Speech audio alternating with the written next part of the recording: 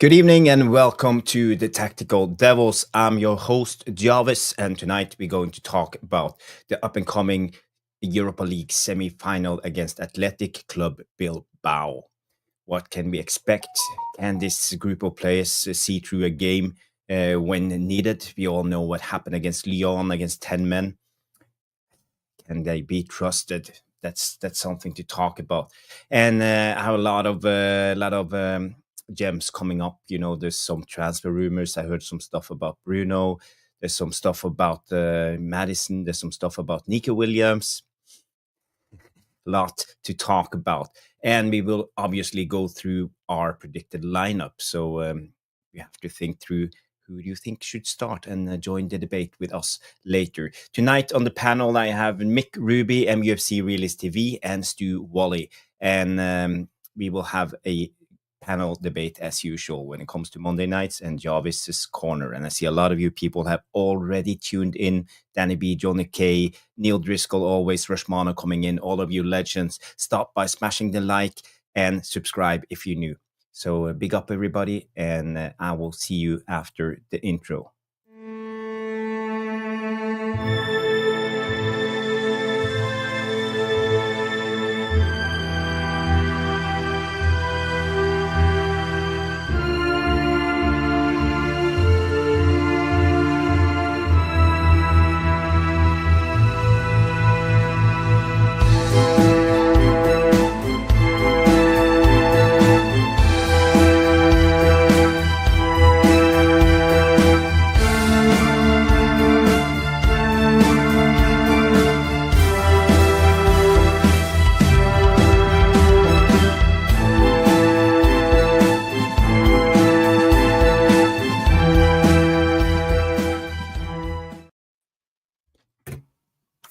Good evening, everybody, and welcome to the Tactical Devils and Mufc Realist TV. Mick is with us tonight, co-streaming to his channel. And as always, direct from China and all around the world, Mr. Stu Woolley. So, guys, Good to see you. We lost the game yesterday. Tonight, we're going to talk about what's ahead. The Europa League semi-final and a lot of United talk. And it will be good to go through it thoroughly with you guys, the footballing brains of YouTube. So, Stu, how are you doing? And how did you sleep last night after we lost the game 4-3 against Brentford? Well, I slept like a log last night, to be honest. I think my body clock is finally coming back to UK time. So, slept well. Had a couple of beers. We've opened up a bottle of wine tonight, me and the missus, so I've got a little bit of wine as well. So it's all good. It's all good. It's nice. It's calm. Yesterday's done. Looking forward to Thursday, actually. And I'm back playing.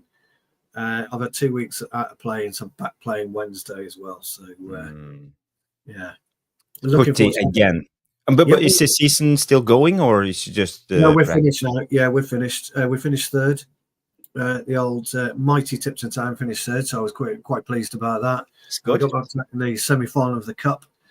So we've had a really good season. We've got a five-a-side tournament, an automated aftermarket five-a-side tournament coming up at Stoke City.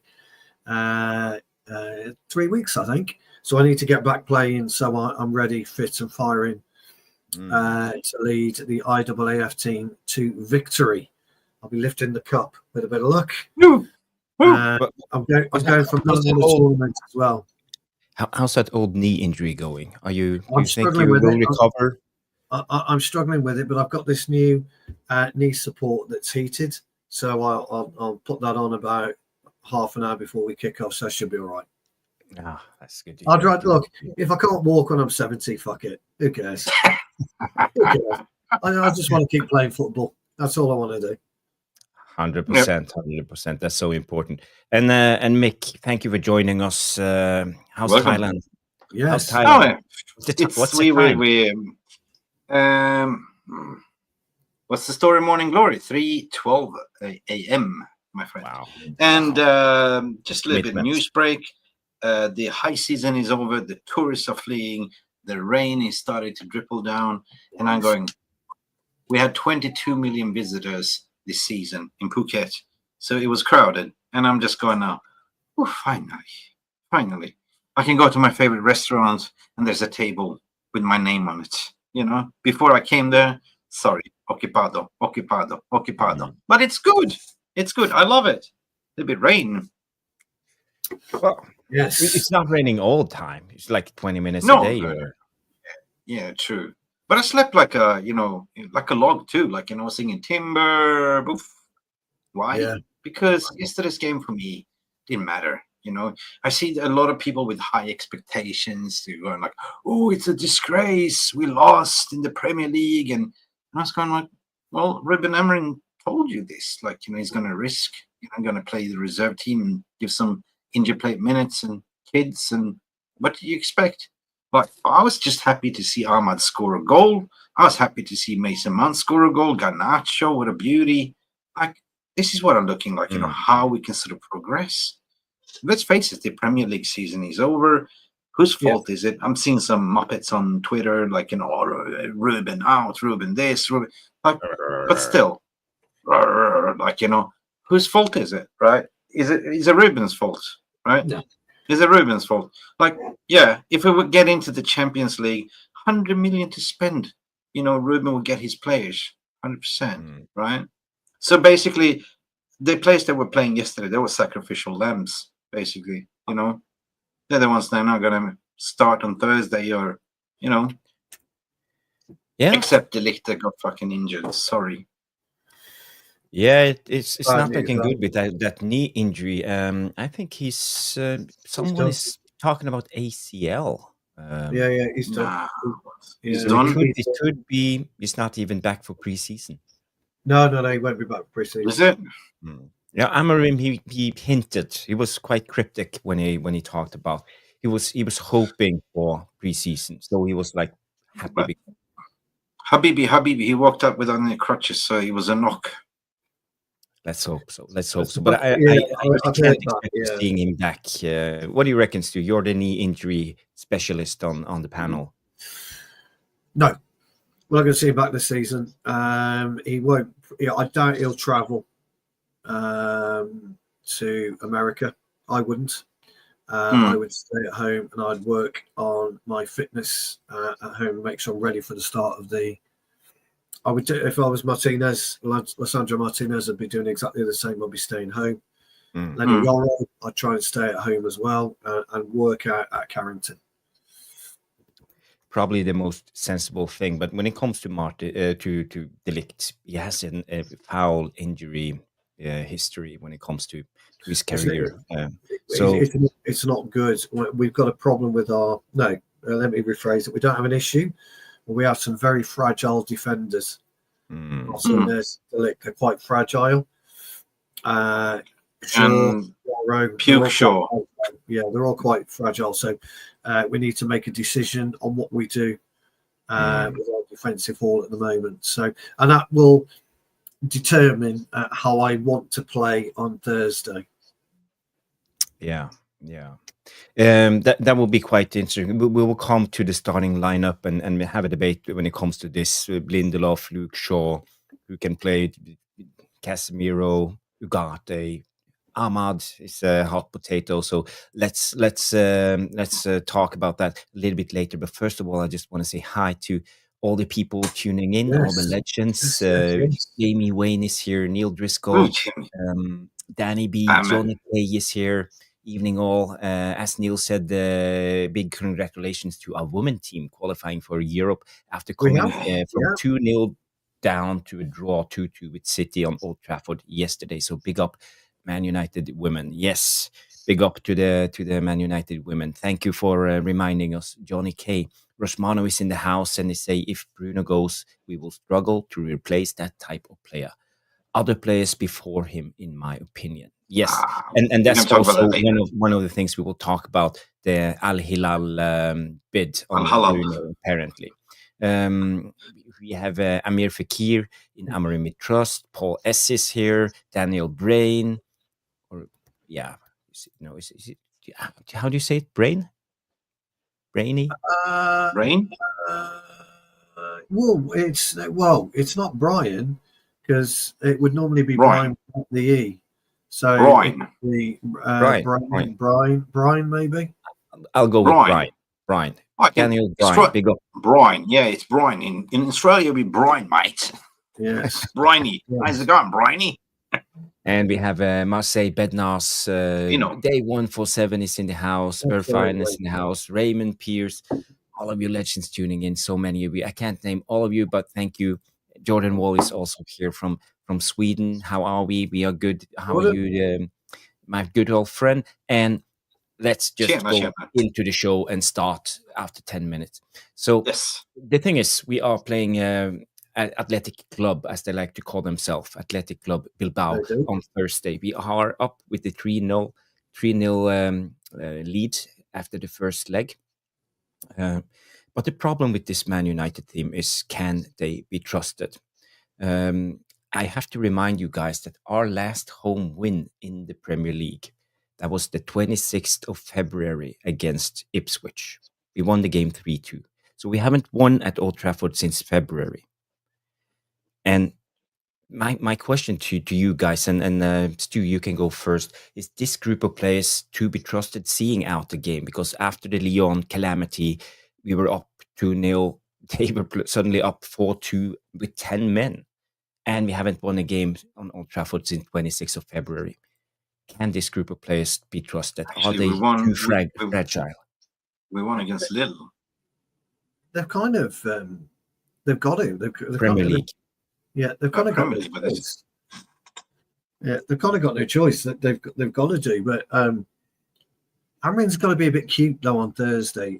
He's got to do something a little bit out of kilter, and for my mind, play with two conventional fullbacks, two conventional wingers. So I'm looking at a single up top position. I'm looking at 4. Kind of 3-2-1 is how I want to play, but with not even that really. I want to play with two conventional wingers, two conventional fullbacks, and I want to play with a single 6.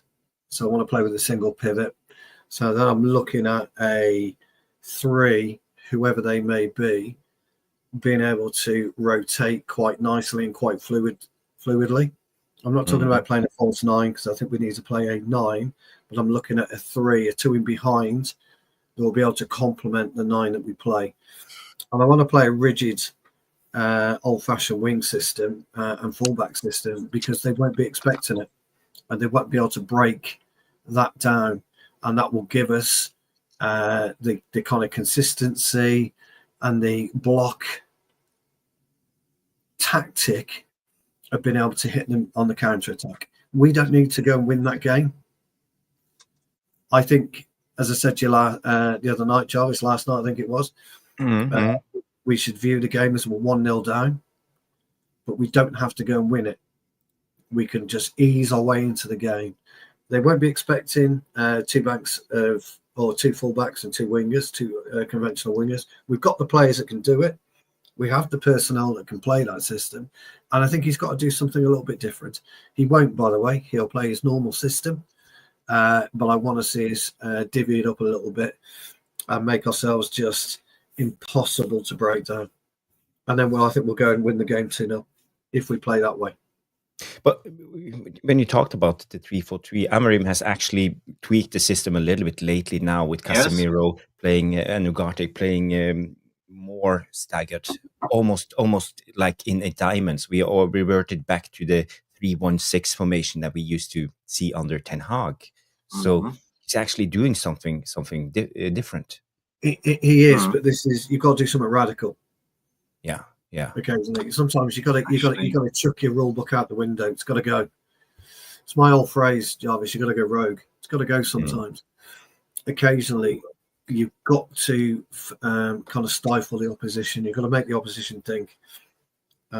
We don't do that enough. We haven't done it for a long, long time. We haven't made the opposition manager take a step back and think, Jesus, I wasn't expecting that. The last time we did that was when we beat City 2-1 at home.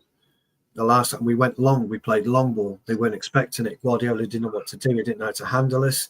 By the time he realised what we were doing, we were already 2-0 up. You have to look at the alternatives in football, and you have to think, because don't forget, as I'm broken record on this, there's a finite amount of space on a pitch. It's the same. It's a finite amount of space. You've got to fit 22 players, 20 outfield players, and 2 goalkeepers. So 20 outfield players have got to fit in 2/3 of the pitch together, and it's making use of that particular space. And at the minute, setting up from the back doesn't work for us. We're a little bit loose when we're playing out from the back. It's loose when it goes into the middle. It's not quite tight. So let's not do that. Let's just mix it up. Let's just drop it into the middle third now and again. Let's just drop it out wide. We've got great conventional wingers. You can play Garnacho out in the wing. You can play Ahmad. 2 tight wingers for us. Speedy, direct, loads of skill. We've got that. That leaves you Casemiro as the 6, Agati and Bruno or Mount and Bruno as your forward thinking players, and then Højlund up top. You've got fullbacks. We have fullbacks. Mazzari can fit into right fullback. No problem. Yeah.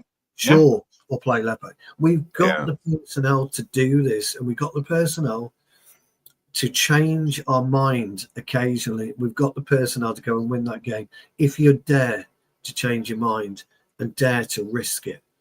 Now, you asked me a question: do we trust our team? Yeah.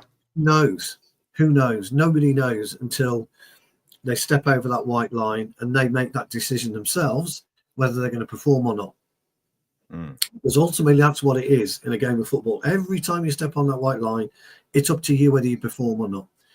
Now, these players haven't performed for us all season. We know this. But in Europe, there's a little bit of magic sprinkling, a little bit of a magic dust.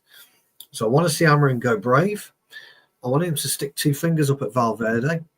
And I want him to demonstrate an effectiveness that you can do when you change it up. And I want the players to stop moaning and stop whinging and get on with it. I listened to a couple of things this morning. Wayne Rooney's outed the 18th. Yeah. They're not playing the same way. It's an irrelevance. People go, you make a big thing about, you've got to play the same way from the 18th to the first team. You don't. You have to learn to play different styles of football, different types of football. That's what makes you a better all-round player, if you have a better understanding of 3 or 4 different styles. So I want us to be radical.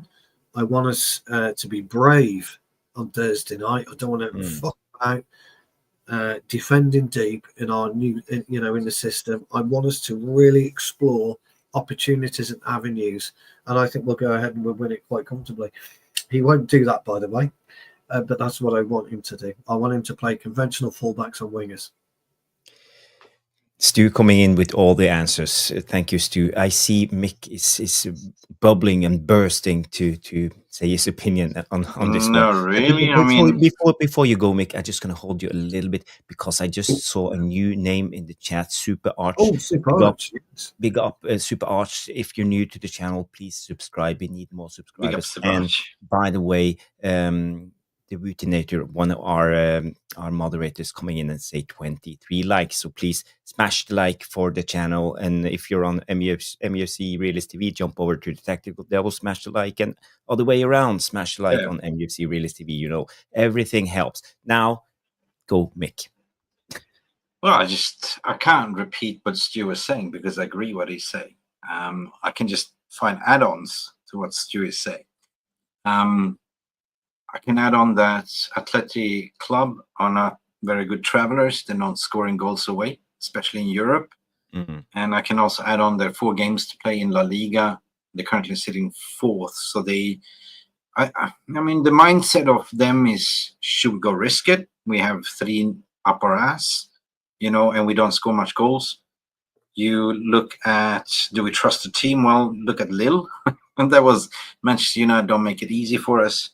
But I agree with Stu. Like, we do have players that are now coming into the team. Amad Diallo is like playing like he's never been gone. Stick him to the right wing back, or one of the number 10s and Ganache to the other side, and hit him with pace on the both wings. But I see Amorim is actually changed. I mean, when we're playing against them with 10 men, we're actually lining up with 3-1-6. We're actually flooding the box. So, and otherwise we play with 3-2-5. So I want to see what Stu's saying. Like, go. Don't sit back and invite pressure. You're playing at home.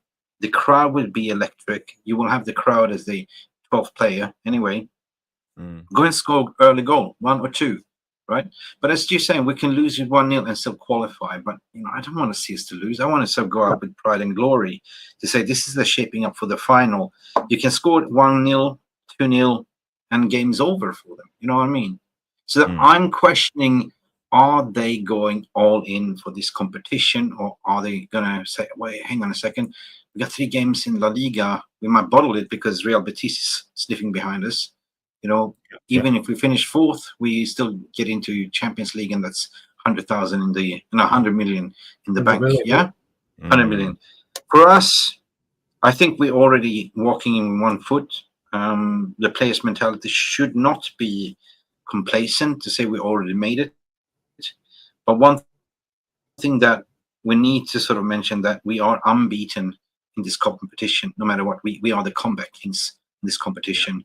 So I know we haven't really focused on the Premier League. Let's face it, it's gone. But if we win this, we are 2 games into actually going to Champions League, right? So it's all or nothing. Like, no retreat, no surrender, pedal to the metal. Nobody know what Spurs going to do. Maddison is injured. Solanke is injured. They're going to Bode Glimt to play on their artificial turf. And Bode Glimt, they never lose at home. So I think that it will go, that semi-final will go to penalties. Bode will score 2-0, and there'll be like 3-3 on aggregate, and we'll go on penalties. So I'd rather see Man United playing actually Bode Glimt in Bilbao than Spurs. By the way, in Northern Norway we say Bode Glimt. Bode Glimt, yeah. Bode Glimt. Yeah, but yeah. So yeah. I'm not worried. I mean, in terms of defense, the Ligt is gone. We still have good centre backs. Lenny Euro is probably the most improved centre backs, alongside with Harry Maldini. That winger, fullback, yeah. And then I will revert to Mazraoui, and that's your solid, back line. Euro to the left, 100%. Maguire in the middle. He thrives to play like in a back 3, and Maz, he was rested as a right winger. I would go like, I don't know. Should we go with Ahmad as a wing back or a number 10? I think as a wing back. We will come to that. We can go through the lineup. I just want to have one more talking point about the final, and Dan P comes in, and this is brilliant. Bilbao still wants to get to the final on their own ground, so they will give everything. And we know if they get one early goal, let's say in the first 10 minutes, all hell will be loose, and they will smell blood. They will smell blood, and we know the pressure can make us cave, especially at Old Trafford. We are not a good home team. We haven't been this season, so there's no chance we're gonna score at least 1 goal. We're gonna score at least 1 goal, so they can come with us with 3-0. We score 1 goal, 3-1. We still qualify. Yeah, true. Yeah. Well, I'm super worried. I have to be honest with you guys. I'm super worried because I don't trust this team. I don't trust them, and I don't know how they will react if we go 1-0 down.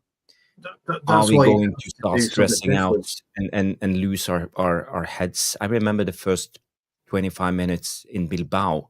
They could easily been up 1 or 2-0 because they had big chances, and our defense, especially, and midfielders looked shaky. So if we just give them a little bit, they will go at us. And this is the thing. We just got to hold on. That's why you got to shape it up. That's why you got to look at it, and think, right, well, I'm just going to block you. I'm going to do that. But I've got the talent, the attacking talent to break you down. It's time that, people don't like conventional wingers anymore. Well, it's not the done thing. It's not the Guardiola way. It's not modernism in football. It's all bullshit. But football hasn't changed in fucking decades. No. The everything remains the same. You score more goals than the opposition, you win. Period. That's it. That's what football is. You know, Right. these reporters after the game, they're constantly trying to think of rephrasing the same old question that was given to a player 60 years ago, because it hasn't changed. What do you need to do to win the game? Well, it's the same fucking question. Mhm. Every manager asks it daily. Every player asks it daily. Every director's asking it daily. What do you need to do to win a game of football? The best way to do it is to surprise your opposition. On one occasion, completely surprise your opposition. Do not allow Valverde to come in and determine and dictate how he wants No. Amorim. We must dictate everything on Thursday night. So we dictate it. We've got great wide players. Use them. Mhm. It's the width. Hit them where it hurts. And you know what I'm going to say, Joe, is hit them diagonally. Hit Yeah. them diagonally. You go down the wing, you cut in. You make a defender make a decision. You make a centre half go backwards. Put him on his arse because he's running too fast backwards because Ahmad's at him. Garnacho's at him. Bruno coming in from behind. Hoyland pushing pushing their centre backs as far close to the 6-yard box as possible. Cutting the distance between the goalkeeper and space. Why don't we do all of this? It's not rocket science. Look back at the 60s, the 50s. They were doing exactly the same. They were pushing the defenders into the 6-yard box and killing the space for a goalkeeper to come and claim. They would, it was. But back then, they challenged the goalkeeper. Yeah, Goalkeeper only had 3 seconds, so he will be dead meat. But it was movement up the pitch together, movement back together. It was a nice pendulum way of playing ball. This is what we need to do. Playing a conventional fullbacks and conventional wingers allows you to play that pendulum momentum that just says, right, here's a brick wall. Get your chisel, start hammering away. And then as soon as we can get turnover, what happens? Bang, you're away. There's nothing wrong. And the devilish tactic, as I tell you, there's nothing wrong with trying something different just for one game. Do it. We did, like I say, Ten Hag did it. And then, don't you remember the first half, we were 2-0 up against City, and then he changes back to the normal system. And what happens? City destroy us. We beat them 2-1. I want to see something different because you guys are right. The devilish tacticos are right. Dan P was really, really spot on about what he said. They're playing at home if they can make the final. They're going to come and they're going to hit us. They are going to hit us. But if we can keep them out for 25, 30 minutes, even at half time, they'll lose their way. Yeah. They'll lose their nerve. The game will be over and it will fizzle out. And that's where we can then go ahead. Stu, where I'm coming from is we have a 3-0 lead. It's like we're going in with the defensive mindset. We have everything to lose, and they have everything to win.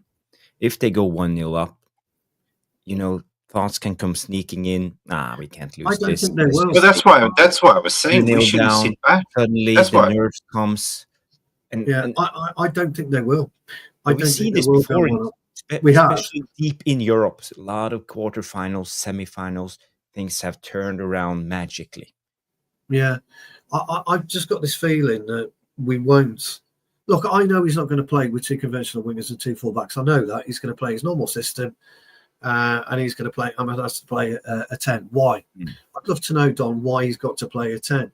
Because he doesn't necessarily have to do that. He's more dangerous coming in from the wing out wide and dropping in with his left peg. Garnacho's been doing the same just recently. The only problem we'll have with playing Garnacho and Ahmad, if you do play them out wide, is Garnacho's been massively dangerous, hasn't he, on the right-hand side? Yeah. I would actually prefer Ahmad on the right-hand side. Also, question is, what do you do with Mason Mount? Do you use his energy to go in and try and disrupt Athletic? It's really interesting. And look, I agree it's finely poised, and I agree, he won't change his system and he won't change his mind. I agree with he won't.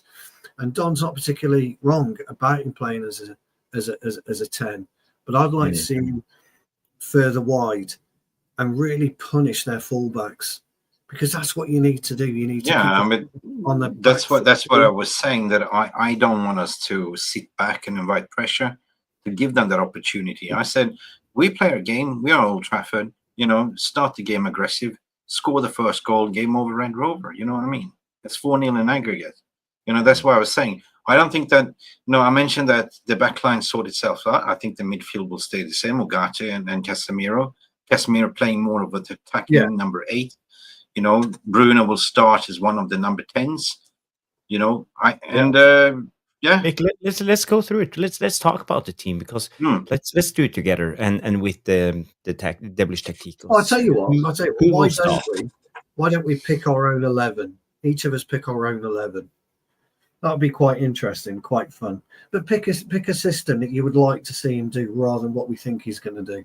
But the thing is, here is to great idea, by the way. But I'm just gonna put out my concerns and what I think this will be. These players 1, 2, 3, 4, 5, 6, 7, 8 players. These players will play for sure. 100%. So my question is, Garnacho, we played 90 minutes against Brentford.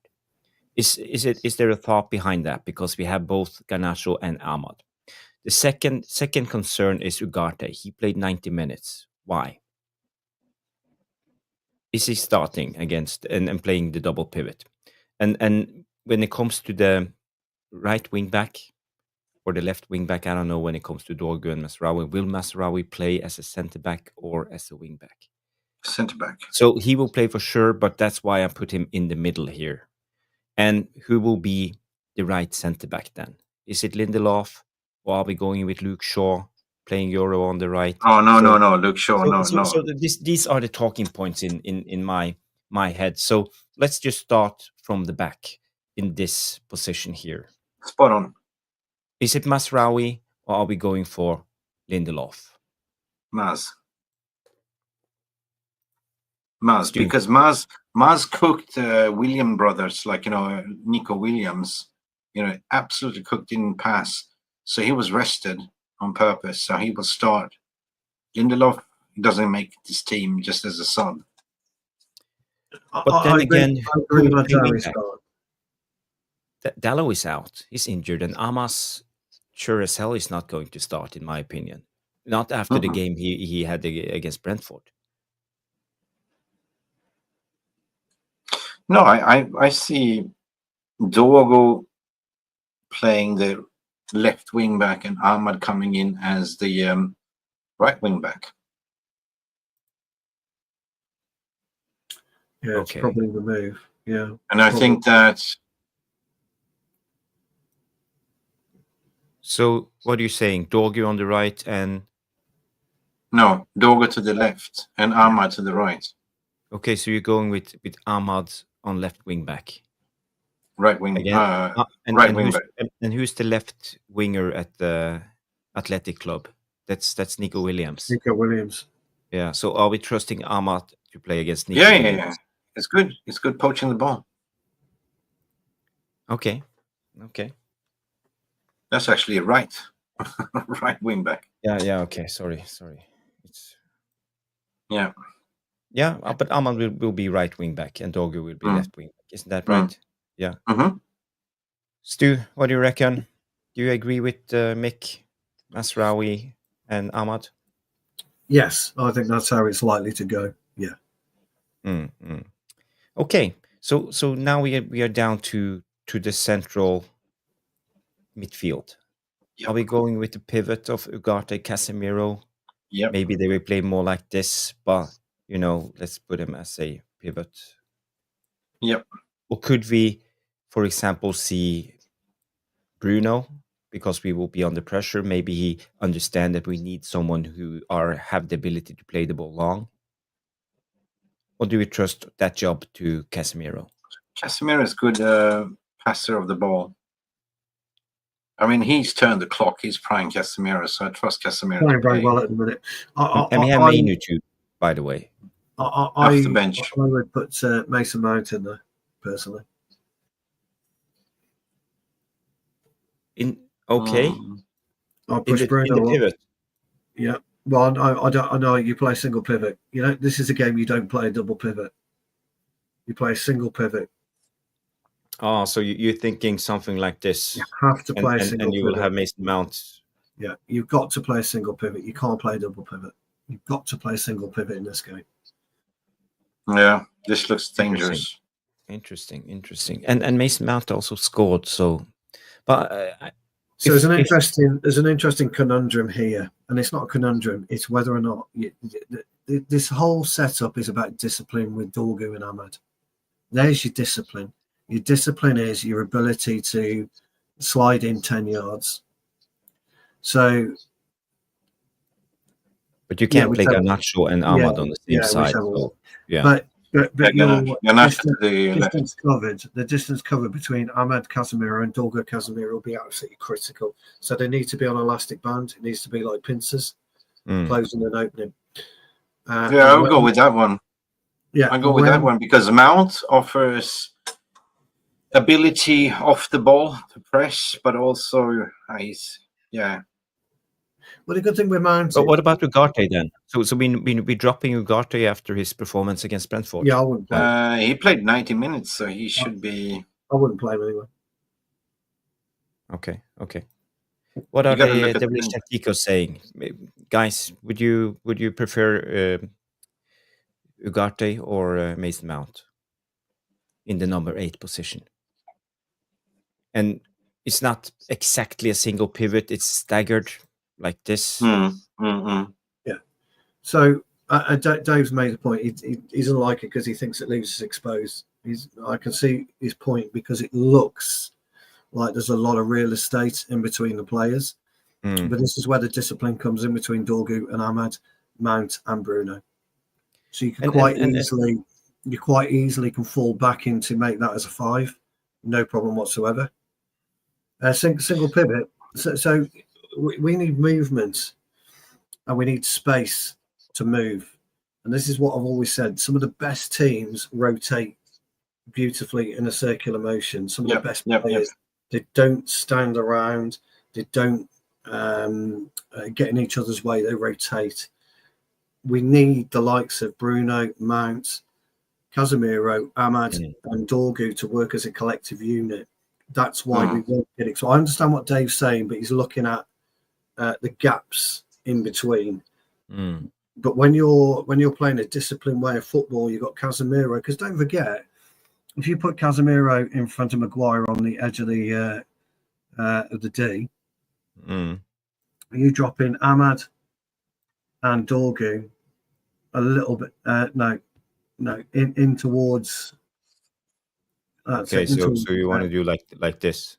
Yeah, you put Mount in ahead of Casemiro. No, ahead of him. That's it.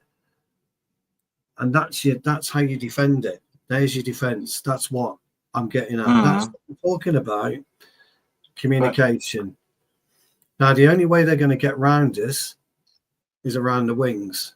And you've got Dorgu, Ahmad, Yoro, Mazzari for pace. You're better off allowing them space out wide than you are in the middle. That actually makes sense to you. I got to give it to you. It makes sense when you look at it. But will he do it? Will he do it? I think more he will go with the same midfield that he started over there. That's what I want. Yeah, sorry. Ahmad has just asked me, is that what I want? It's what I would like. He won't do that. No chance. He won't. And I know he won't. But I would like I think there's one thing. I agree with this whole lineup, but I think Mount will not start. I think Mount will come off the bench, and I would see Ugarte playing deeper and Casemiro a little bit more advanced where Mount is. Yeah, I mean, if he goes with Casemiro and Ugarte, I'll go with the double pivot. The first half lineup. Yeah, go with double pivot. Then it will be more like this. That'll be more like that, yeah. But we can end up being a little bit deeper. If you think actually, Jarvis and Mick, where Højlund ends up anyway, he always ends up in that type of position. But we need him further up, don't we? But that's how it's supposed to, when you're in a defensive unit, that's how it's supposed to operate. Yeah. Going with the Devilish Tacticals, I think most of them would So prefer. Dave's made a good Ugarte. point, actually. Yeah, so Dave's made a good point. Matt and Bruno lose too many 50-50s. I tend to agree with that. I do. I think he's absolutely right. The only reason I was going with Mount, Dave, is I think we need a bit of flexibility. He gives us more I think flexibility than Mount is a good second half option to come off the bench. You know, that's what could I well think. be. To Yeah, offer could more well be. energy. Yeah. Guys, can I just tell you how I would actually set up? Because in my But opinion, that's the idea of this. That's the idea. I just wanted to, yeah, you know, with that, with how I would go with his kind of favoured system.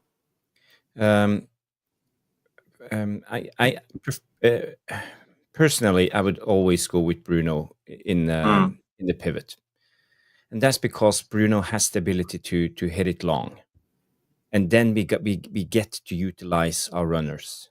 And I would do something like this because I want runners on top, people with pace, people who can actually hurt the opposition, so they won't be able to put us under pressure. Because dominating the game and controlling the game, it's about keeping your team compact, moving as a unit up and down. But it will be difficult for them, and with us playing with three pacey players on top, it will be extremely difficult for them to push Yeah, up that's a good your one too. defense. And we also have the deadliness of Bruno, who can hit those balls to the diagonals and the runners. And also Casemiro has the ability to hit the ball long.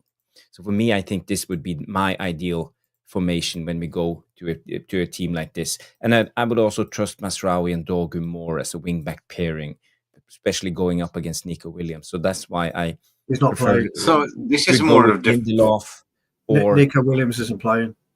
He's out. well, I'm sure he's that's out. at least what the reports are saying, but I will wait until Thursday. There's still many days to go. So this is I more wouldn't going count. than pragmatic defensive in the first half. If you look at, yes, do I trust Lindelof? He's a ball playing centre back, but I was agitated when I saw him play last time in the second half, but just playing it backwards. But you have then Mazraoui to protect him too. I don't want sort of Mazraoui to bubble wrap Lindelof because there's a mistake. Lindelof is not fast, so if you're facing like Nico Williams on that side, I'm a little bit nervous with Lindelof there. You know what I mean?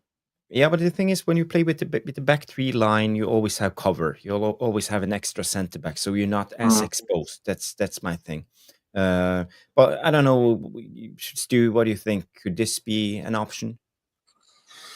Yeah, it's definitely an option. It's probably. You don't like it. Be honest. No, I don't. I That's don't. okay. That's okay. That's why we are here. I don't like it for the reason we're not flexible enough with it. We're quite static.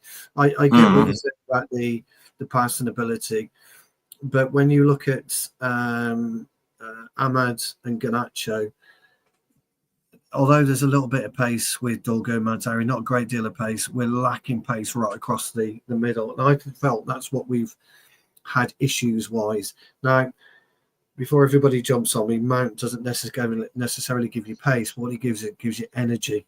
And it gives you a lot more energy than what Bruno gives you. Bruno gives you energy, but Mount's a different level. Now, when you look at the makeup of a team and the mix-up of a team, some of the best teams have really substandard footballers in them.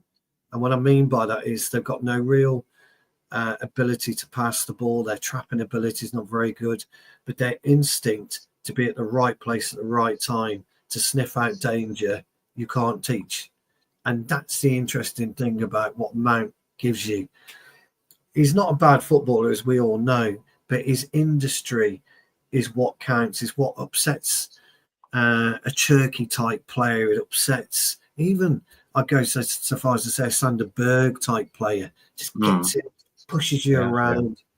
And that's why the way that I wanted to set up, actually the way I would set up anyway, is a 4-4, is two conventional fullbacks, two conventional forwards. But going with the way that I wanted us to do that, I want to push everything out wide. We've got too much of a, and it's not where you've just laid everything out. there's just too much real estate between Casemiro, Bruno, Ahmed, and Garnacho. There always will be in Yeah, that but little. for me, Stu, I think we are at a stage where we have to play to our strengths, and I think Mm, this is how we like to play as a club. We have the players to play this formation. I'm pragmatic in a way when we talked about pragmatism, and I think yeah, let's play to our strength, because I think that's one of the best thing you can do in football. Actually, do what you are good at, not trying to force anything that you're not. So that's why I would prefer to go with a formation like this. And also, I just want to bring up this because yesterday I was a little bit critical when it came to Ugarte and Mainu in the pivot. So I don't know if you see all these dots. All of these dots are passes made by Brentford's double pivot. mm. And if I go deeper into this, and I just, for example, chooses long balls. Here you see all the long balls from their pivot. Here you see Christian Nørgaard with the long ball into the box. Here you see him again. It's Yarmolenko, Christian Nørgaard. So this is just to explain how the opposition played. And when you look at our players, our double pivot, you have Ugarte and you have Mainu. They made 5 long balls through the full 90. But not only that, if we look at their long balls, it's just diagonal passes to shift play from one side to the other. There's nothing going forward, trying to penetrate, trying to create. And this is where I felt yesterday, because my intuition after the game, after watching the full 90, I was thinking, why couldn't we try to hit him long sometimes? Because Brentford were really good in staying compact all the time, moving up and down as a unit. And we know Thomas Frank, he loves to organize his teams. And But the and problem was with and, that and one, Jarvis, we allowed them to do that. This yep, is our but you biggest see problem. here in a Allowing them, passing pattern. And yeah. and if you remove these guys and you put on Ericsson, when Ericsson came in, him by himself for 30 minutes have had 6 key passes, long balls, more than the double pivot had for the first 70. And if you look at Christian Eriksen's passes, they are actually making our attackers run. Ericsson hit the ball into the diagonals and making them run. And this is what I like in football. I think we need the right type of players. So going back to my original thought, that's why I would love to see Bruno playing in the deep lying playmaker role, like a 6 or an 8. That's why single pivot works best then. So if Yeah. you're looking at that type of play, you've got to play a single pivot. You can't play a double pivot because a double pivot hamstrings you to an extent Mm. because you're always attached to the 6. As a double pivot, you're always Yeah, attached we all to know the negatives with the pivot. You yeah, know, we the we six, we the we, we six, had the our eight.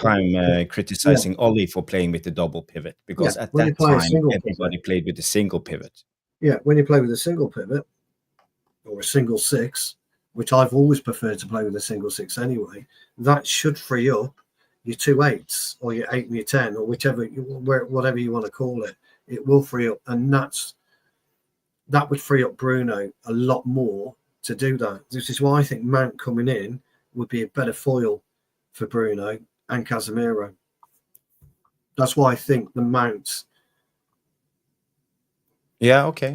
Yeah. moves frees up Bruno more because Mount can do more of the so-called running. So say, look, there are players, there are teams out there. Rodri, as good as Rodri is, when you actually look at his ability, he's not got great ability. He just gets it and he moves it, and he's in the right place at the right time because he reads the game well. Casemiro's getting there again. He's reading the game so much better. He's in there at the right time, and his distribution is better, and that's what he's doing. So you need to free up Bruno, and that's why I don't want the double pivot anymore. That's why I think just a single Casemiro would be better. Yeah. And we also seen Bruno, no, Amorim doing this lately. It's an interesting debate. I don't know if you guys have anything It's else great to debate. add when it comes to this lineup. I think I see a lot of people talking about maybe Ahmad Masraoui as to drop Lindelof, maybe. So I think maybe the majority of the Devilish Tacticos would love to go with something like this, Casemiro, Bruno, and then playing Ugarte. So On my estimations, I think this is the preferred 11 from I Devilish think that's Tactics. what he'll do. Yeah, I Yeah, think that's what and he'll I do. think this is what he will do. Yeah. So I don't know, Mick. Do you have anything to add when it comes to this formation and lineup? This is exactly what I had in mind. So basically, this is where we started. I think this is the lineup he's going to go with. Basically, the back three is secure enough. I think Ahmad and Mazraoui can handle Nico Williams. Dog and Yoro can definitely handle the other Williams brother. So I think the Casemiro will push more higher up, being more of the distributor of the ball and pushing higher up. And Ugarte will be the shield, the destroyer. Bruno definitely. This is pretty much the same, almost the same lineup against what we had against them, but adding on just Ahmad. So I think this is my preferred lineup. Definitely gives you flexibility in attack, but gives you also, if you look at the bench, gives you options to throw in Mainu, Mount as well for more pace and energy. Ericsson to secure the game at the end, kind of thing. Yeah. I think a lot of people are relying on Casemiro. I see a lot of comments coming in and talking about Casemiro because there's experience there. Like, Casemiro will calm down Ugarte a little bit. He's more, and you have, if you look backwards, you have Maguire. That's also senior experience. You know what I mean? Bruno needs to be the captain. I mean, he turns up for the Europa big occasion. He loves to play under the big crowd stage. So I think this is it, and I think that I'm not going to be cocky, but 3-0, that is a massive lead and a big ask for a away team to come to Old Trafford and try to sort of win the game with 4-3. You know what I mean? It's we're definitely going to score a goal, either through Ahmad or Bruno or Garnacho, Højlund. We all of a sudden have firing power. So, yeah. A guy we didn't mention was Luke Shaw. No way. Is he out of the picture completely, or could he be a guy? He's done on this level. He's done at this level. Right. I don't think he starts him. You can't start him in a back three. You can't start him in a back three because he'll have Iñaki Williams his size. So you can't start him as a back three. So it's the best back three that we've got. If we did a back four, I'd play Luke Shaw as a conventional fullback. Yeah, absolutely. No problem. This is Stu and Jarvis. I don't know if you agree with me. Match fit Luke Shaw is really good. He cannot play as a left wing back anymore. He's done. Not wing back. He can play as a centre back. Yeah. But the two last games I've been watching him, and he takes away the accountability like hot potato, and instead of making a mistake, he passes on the ball to your, like, why are you doing that? Like, why are you exposing the youngster to make a mistake? He's done it twice in 2 games now. Yeah, his problem was with Amos. Yeah, he didn't protect Amos. No, he didn't. No. He didn't. No, that's true. But I think we all agree on semi-agree on what we should go with. But there's a lot of things Amorim can do, and Luke Shaw is definitely an option. But I agree with you guys. He's not going to start this game. He will stay on the bench. He's not the future. That's to wrap it up with this Bilbao preview. What's your score prediction? How do you see the score will be after 90 minutes? I think we'll beat them 2-0. Yeah. Who will score? I think there'll be a penalty. I think Bruno will score and Ahmad. I think we'll beat them 2-0. I think we'll beat them with 3-1. Ruby Classic. Yeah. Ideally, I want another clean sheet, but I think that, Ahmad would score. I think that Bruno will definitely score, and Højlund will score. Yeah, I think we'll keep a clean sheet. I don't think we'll concede. I don't rate them up top, to be honest. In fact, I didn't rate them at all at their place. I thought they were massively substandard. I don't think they had an off night. I just think we were better on the night. I think we'll be better on the night as well. But, I just want to see Amorim shake it up. I really do. I want him to make Valverde scratch his head. Because I tell you now, something when you stroll into Old Trafford, if you stroll into any away ground, you are 3-0 down in a two-legged tie, and the gaffer from the opposition does something completely what you're not expecting. That pushes you back 15 to 20 minutes.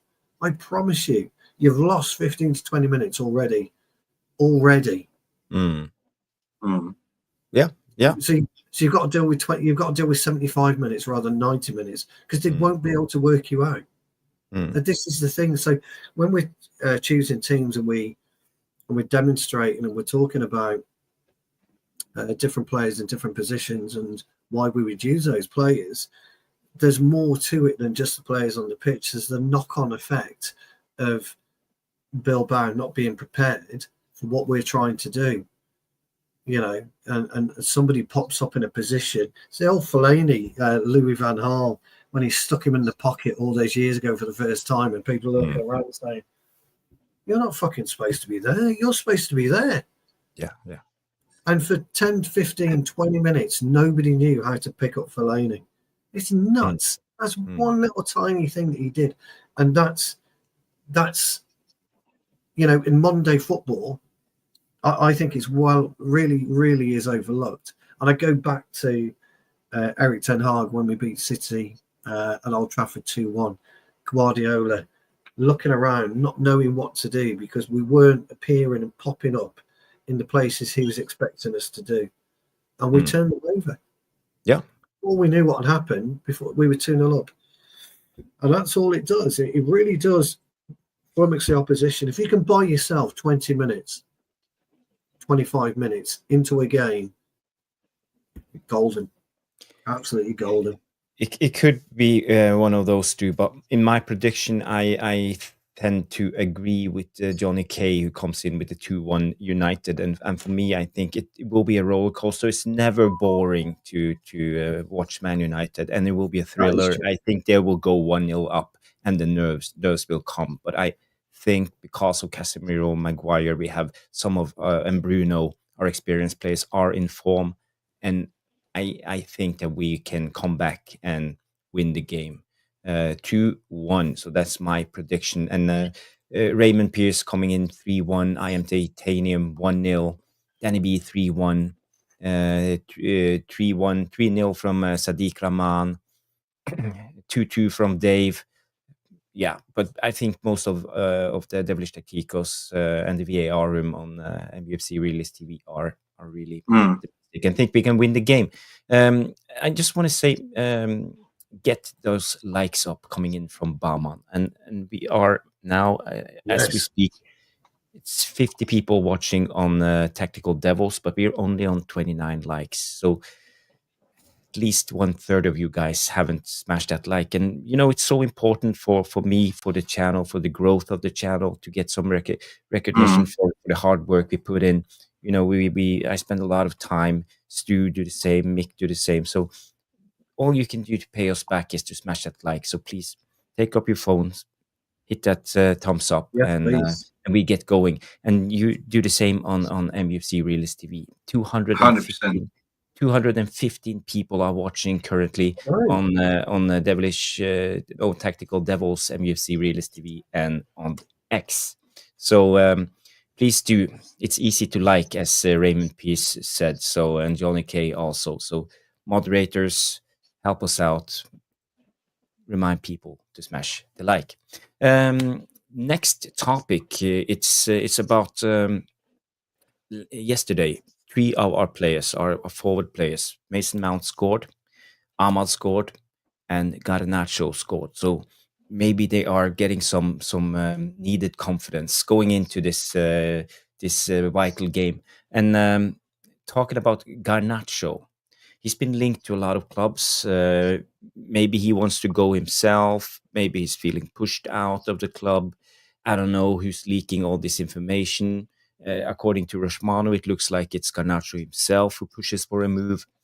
I don't know, but it's a lot of agent talk, I believe. And my thing when it comes to Garnacho, he's a young guy.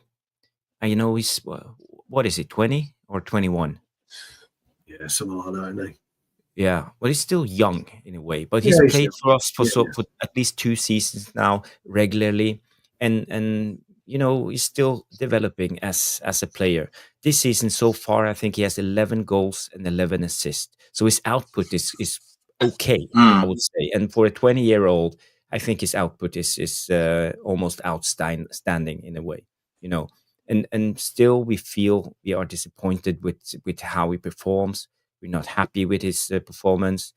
He gets a lot of critique for being greedy, not looking up, not giving the assist. And can he still develop? What's his ceiling as a player? And should we actually sell a player like that? Because Garnacho has something that a lot of other wingers in his age don't have, and that's an X factor. He Mm. has no fear in his brain, and he can take on his man 10 out of 10 times, even if he don't succeed 9 out of 10 times. And the 10th Yeah. time, he can actually win the game. So, Mick, what do Can you I reckon? go? I Yes. wouldn't sell him. I would keep him, but in order to develop, when have Man United ever developed a youngster? That's the thing. You need 6 instructor, not 1 instructor on the pitch, and Amarin is limited. The thing is, he's been trying to, according to reports, trying himself pushing for a move in January. What does that lead to? Maybe he's not thriving to play as a number 10. Maybe he is a left winger, right winger, wants to play in a 3-4-3 system. But I said that he's been taking instructions, putting a shift in, and I think he's developed, come a long way under Amorim. He's trying to understand. Finally he understands, but his final third decision making needs to be improved, and that could be trained. But I agree with you. He's got the X factor and the XG factor that I wouldn't personally get rid of, even if you get a Cunha in. He's such a good coming off the bench player as well, like, as a weapon. He can play right, he can play left. Hell, I even argue sometimes that he's better on the right. He's versatile. Yeah. But I don't think that, if we make Champions League, there's 100 million in the kitty, right? He's not a problem. His wage is not that huge, And if we make Champions League, the wage bill goes up also with most of the senior players, and every playing staff goes up by 30%. But hello, that means that we will either way get rid of players that are on high wages. You look at Anthony, definitely will be going. You look at Rashford be going. So we will definitely have like 70 million. I mean, that wage bill goes up to 50 million, but that 50 million, what I'm trying to say, can be reduced by selling Rashford and Anthony and even Casemiro. You know what I mean? But he's not the problem, in my opinion. So I said, we are linked to that Mbeumo guy, because of the performance yesterday. And I was like, Yeah, it feels what, like it. really? Do we really need him? I think Garnacho is a better player than him, and he's 20. He's got plenty to develop, but you never know with Ineos. If we don't make Champions League, then there's a certain level of money and certain players that are for sale. You know what I mean? And he could be one of them. I don't think the club will sell Kobe Mainoo. I don't think so. Right? But I don't know. I wouldn't sell him. Why sell? Why sell our own But academy we know why. products that we It's actually? about money, Mick. It's about money, and I he's know. homegrown. So it's about getting those FFP numbers up a little bit for us to go large this summer. And it's very tempting, I know. But for me, I also agree. I tend to agree. But I want to hear Stu's opinion first when it comes to this Garnacho thing. I'm quite conflicted, really, with Garnacho, because I agree. I think there is a player in there for sure. I think his own personal development has been slow. Yep. And that's him developing himself. I know he's a parent, but I don't think he's grown up quickly enough to play for Manchester United. Because personality, when you're looking at squad development and squad building, personality is a massive thing. So for me, there's 2 things that Amorim must consider. The first thing is, what can he do with him? How can he get the best out of him? Does the player himself want to stay, and does the player himself want to develop? Or secondly, if there's money on the table for him, whatever that money is, does that add to an expanding kitty and allow Amorim to bring a player in that he feels will fit to the team and the squad better than what Garnacho is? So it's not just a question of how good a player he is, how far down the line he is. It's what he does and how he contributes and how he puts himself within that squad. So for me, it's not as cut and dry as whether he gives us 12 goals a season or 30 goals a season. It's all about where Amorim wants to be in 2 years' time, whether or not he fits the Amorim script, and whether or not there's money on the table, which will allow Amorim to get there maybe 12 months quicker or 2 years later if we don't sell him. So it's a real difficult one. And this is the big thing for me when it comes to players.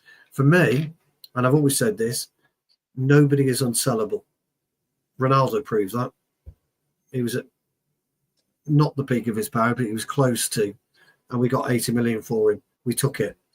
It was big. It was big money. We took it, and we didn't really kick on from there. I know and that's something we've got to consider. Tottenham took the Gareth Bale money, didn't kick on. Liverpool Coutinho money did kick on because they used the money for Coutinho. They used one player's money, one player to bring in Van Dijk and Alisson, and that changed their landscape. Yeah, and let's not forget how we spent the Ronaldo money. Yes, exactly. So there is Valencia, Overton, and Michael Owen was the Actually, the interesting thing for me is I think now that we've got Vavell and Wilcox, we seem to have a common sense structure, and they have probably an understanding of what they can do and what would be better. But it depends. It's really up to Amorim, and I agree with Mick as well. I think Champions League football will play a big thing in it. But for me, I think he wants to go anyway. There's just something. His body language isn't always right. His attitude's not been right. He did knuckle down more than Ronaldo. Than maybe he has bigger ambitions than Man United in a way. Well, who's bigger than Man United? He's not going to go to Real Madrid right now. I mean, crikey, they're scraping the barrel going for Trent Alexander-Arnold. Let's be honest. Yeah. They're scraping the barrel there.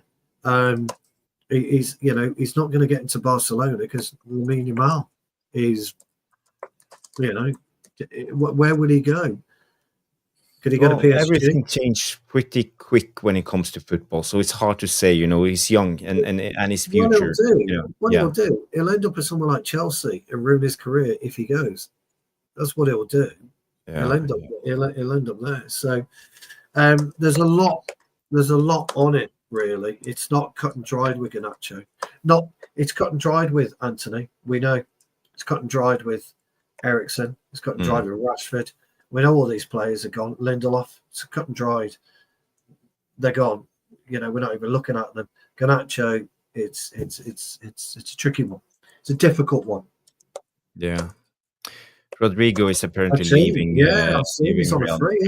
He's on a free, Rodrigo. Yeah. I just want to say when it comes to this, my thoughts on Garnacho is: are we in a hurry for next season?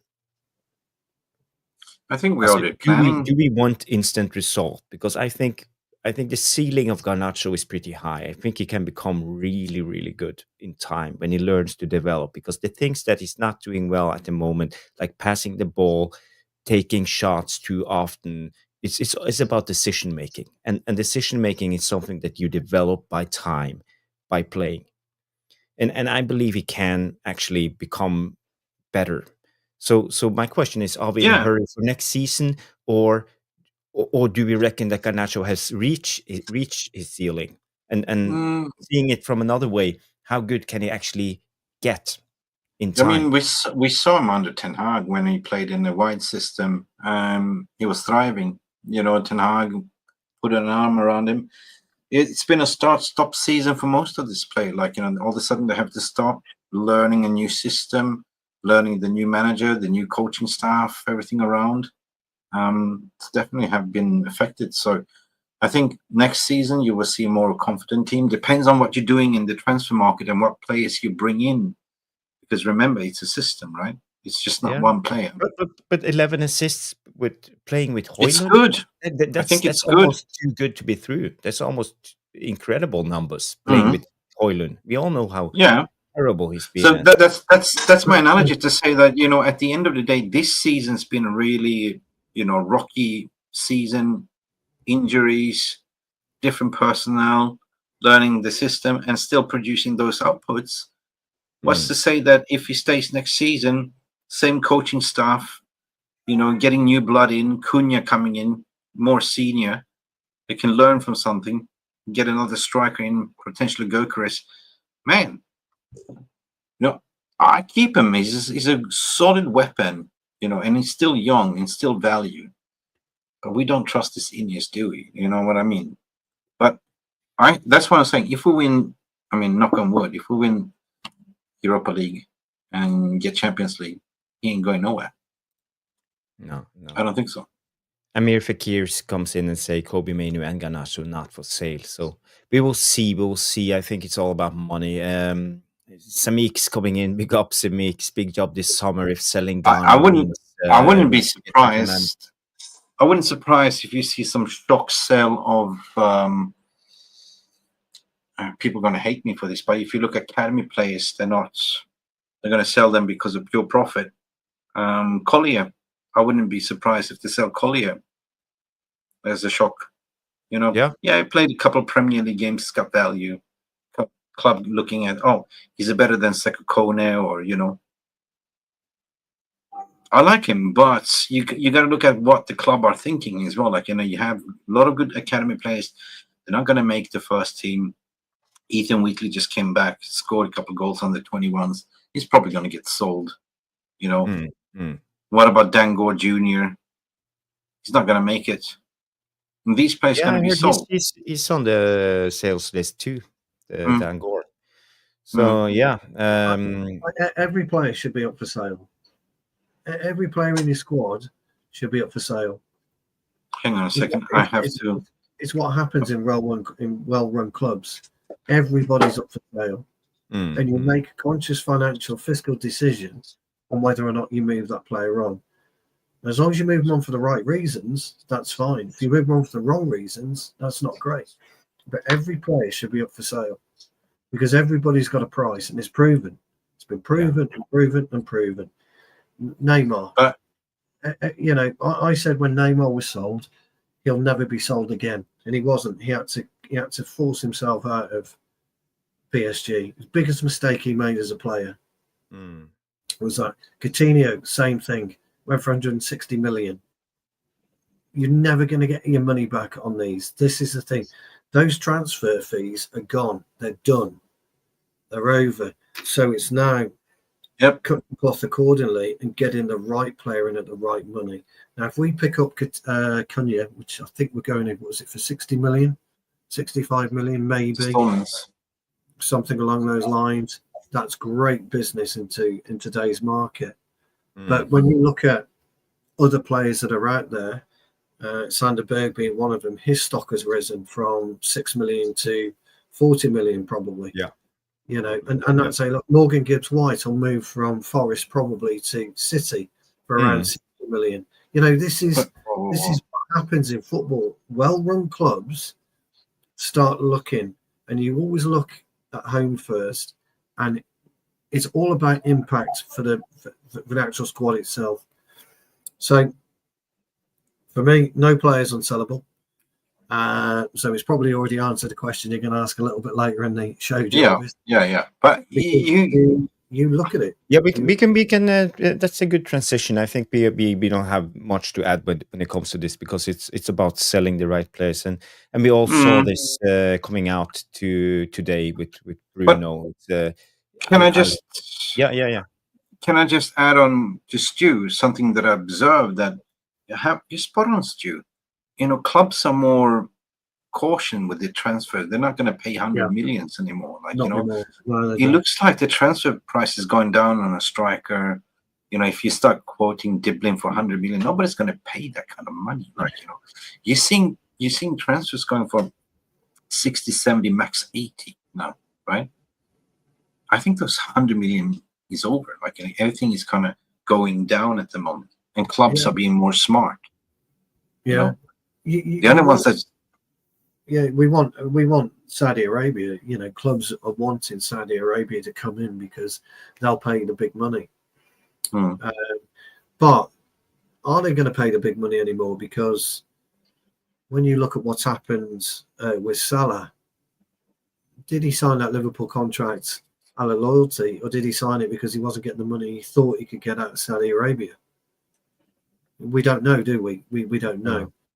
Same with I think we don't know. It's just I'm just speculating. The only reason why you want to go to Saudi is to retire and get a big paycheck, right? If you look at Mo Salah, he's got still 3 years left in his tank the way he's playing, right? So he wants to be competitive, right?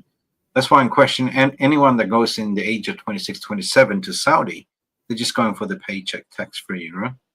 Yeah. And I get that. Like, some people love to play football. Some people love the money that football gives, and your player career is very short. Like, you can have like bust a kneecap and your career is over, right?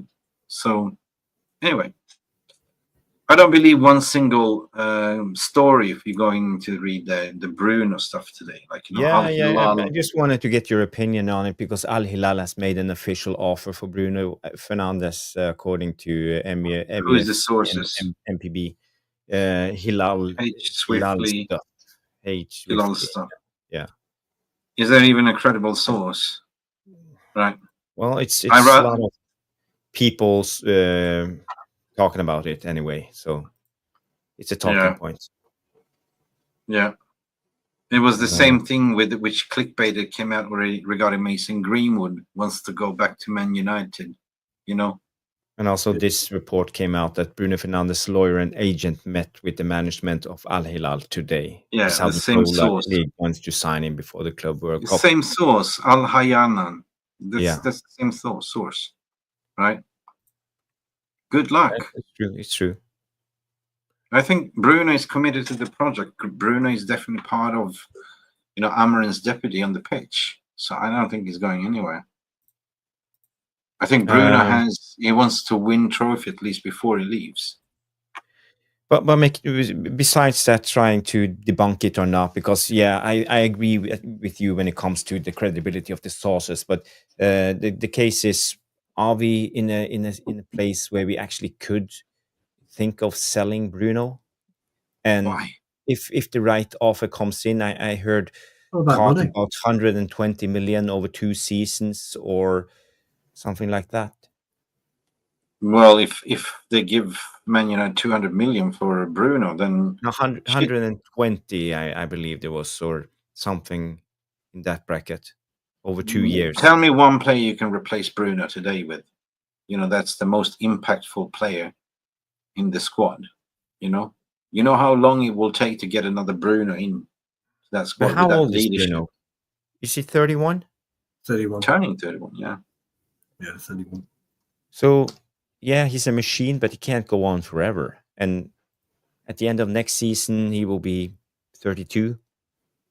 So he's got that physicality. He's never injured, this bastard. Like, he's got an engine and a half. He's one of the freak of natures that will go and tick on for 5 years more. Like, like Stu's old Vauxhall in his garage from 1980, right? Yeah. The interesting thing is, what 120 million, you're not going to see that type of money again. So will the board look at it and say that's 120 million? We got 200 million, that's 320. Yeah, but that's tempering. But then you got to sort of ask the player, what do you want?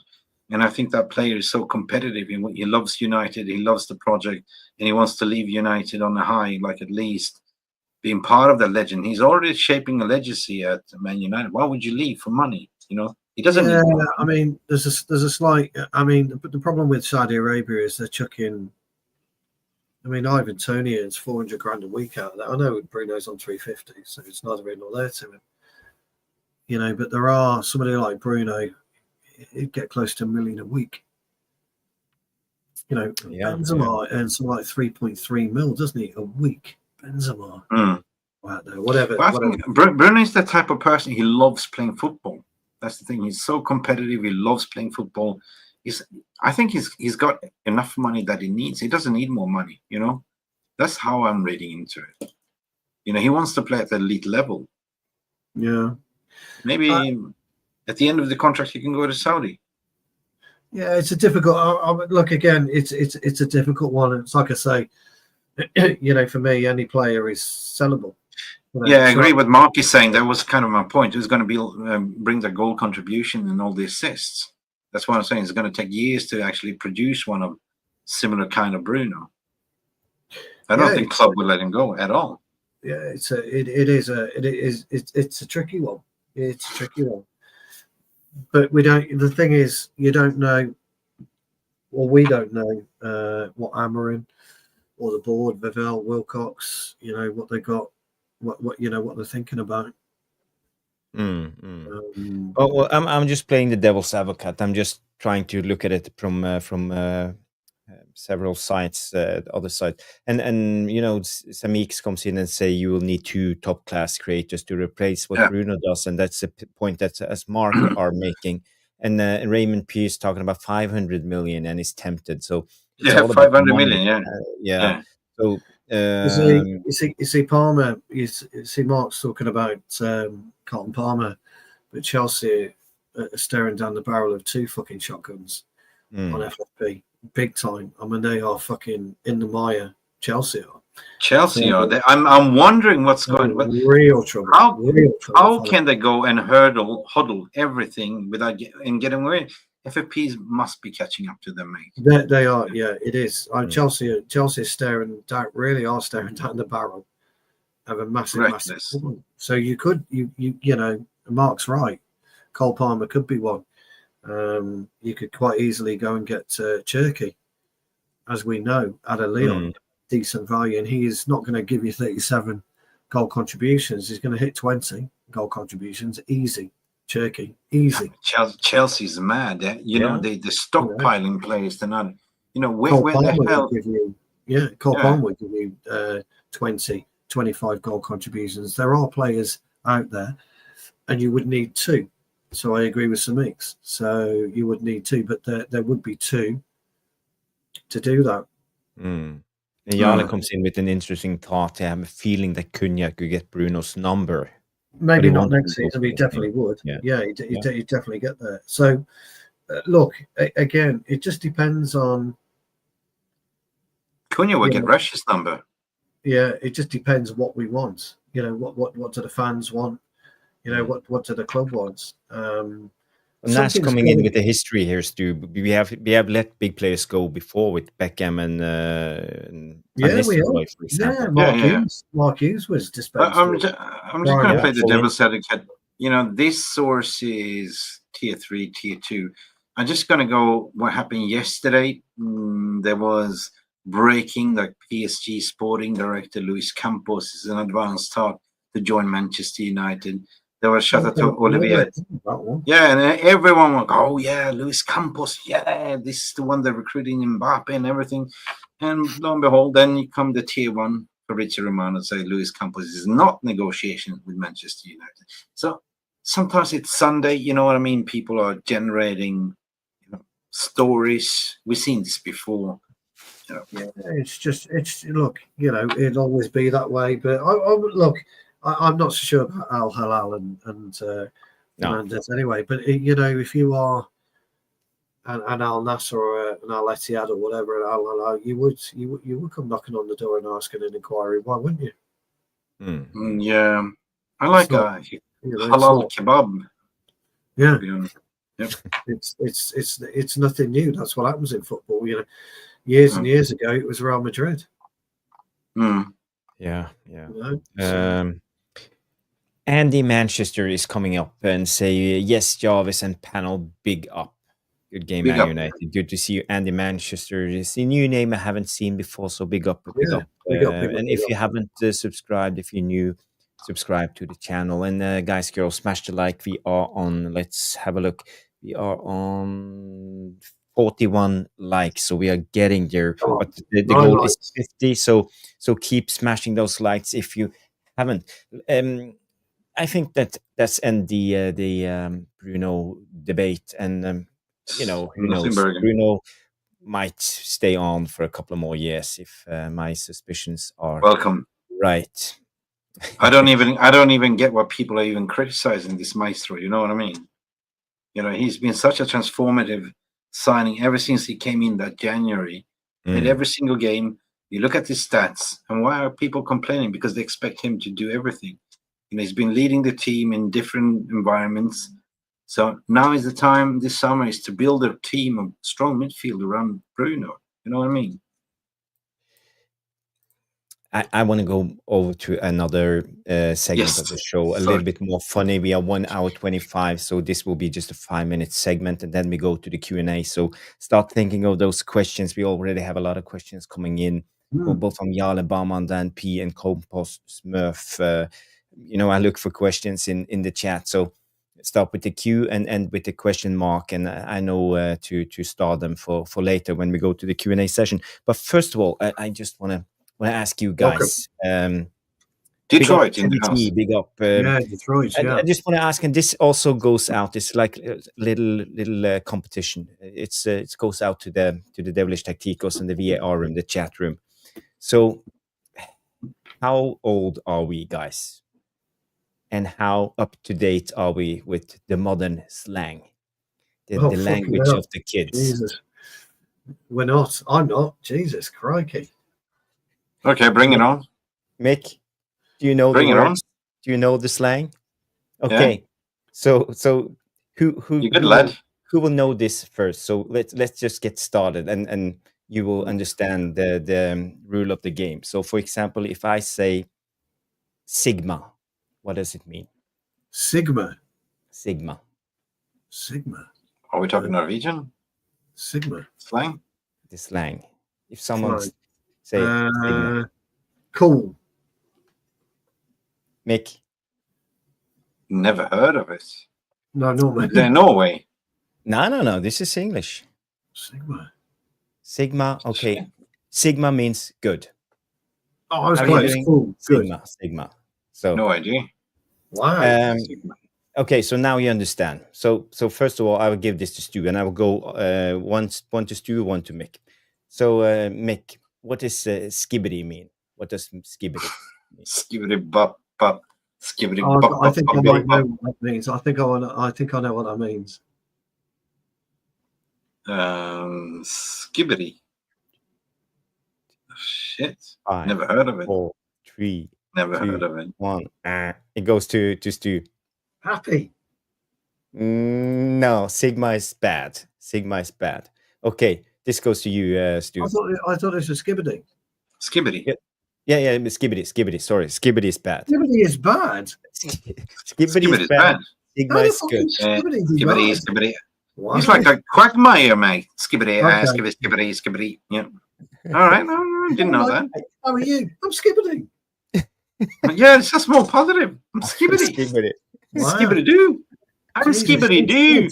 I'm Scottish. I'm skibbity doo. Yeah, skibbity doo. How are you? Skibbity doo. How are you? Okay, I will give you an easy one. Yes. Goat. The goat. The goat. Yeah. So everybody knows that one. What context is that? Greatest of all time. The goat. Oh, sorry. Obviously. Yeah. So yeah. The goat. I just wondered what context, because the goat. Yeah, greatest of all time. Yeah. Okay, but this is someone. Mick, you know this. Sus. I'm still stuck on skibbity doo. How are you? Just a chip in the butt, mate. Sus. Great shot, young lad. Skibbity doo. What? Now you're being really sus. Sus. Yeah, suspect. Yeah. Sus. Suspect. Yeah, a bit sus. Sus, you're sus, mate. Yeah, suspect. Yeah, you're a bit dodgy. Yeah. Dodgy. Yeah, I'll go with that. And the last one goes to Stu. It's the Lulu. What? Go to Lulu. The Lulu. Go to send a Chinese mail. Can you give me a bit of context to why would you say that? Stu, you are being the Lulu. Oh, nutty, not crazy. Lulu. Delusional. Oh, Delulu means delusional. Lulu. Just to prove to you guys, I'm not making this up. Trending slang words you should know. Delulu, Riz. Good. Sigma Skibbidle. Giat. Delulu. I mean Delulu. Yeah, delusional. Riz. Fire. Riz. Fire, I know. Buzzing. Fire, yeah. Yeah, I knew fire. Mogging. No, I wouldn't have got that. Slay. Drip, I knew drip as well. Bet. Agreeing to accept something. I knew drip, yeah. Because Jake says drip a lot. Well, I like your drip, Dad. Well, no, he didn't actually say I like your drip. I made that part up, but he's mentioned drip before. Vibe, I know. Goofy. I suppose, yeah. Okay. Goofy, that's everybody knows Goofy. Mogging. Goofy's old. Mogging. If somebody said, "Oh, Mick, you're mogging, you are," you'd think that was minging, wouldn't you? Fucking mogging is like, you're mugging me off, mate. You're fucking taking the piss, mate. You're looking significantly better than somebody else. Wow. Vibe, I know. Stu, are you mogging? Are you mogging, old man? Are you mogging? What about bussing? Are you bussing? Let's just end it. I will be the first to admit I'm too old for this. Jamie Wayne, you got a huge. I liked it. Skibbity. I thought that was Scottish. Skibbity, yay. Skibbity is just like Skibbity. That was bad, I believe. That was bad. Yeah, but it sounds so positive. Hey, I'm Skibbity today, mate. I'm Skibbity, dude. I thought I'm buzzing. I'm happy. I'm buzzy. Yeah, Skibbity. Yeah. Let's just go back to football. It's our strong side. You have to excuse us, guys. Let's go to the Q&A. I've seen a lot of questions coming in and get. Yeah, we've got questions coming in. We have questions coming in. Get that. Let me play the Q&A intro. So we will see you in 1 second. Where is it? Q&A. Here we go.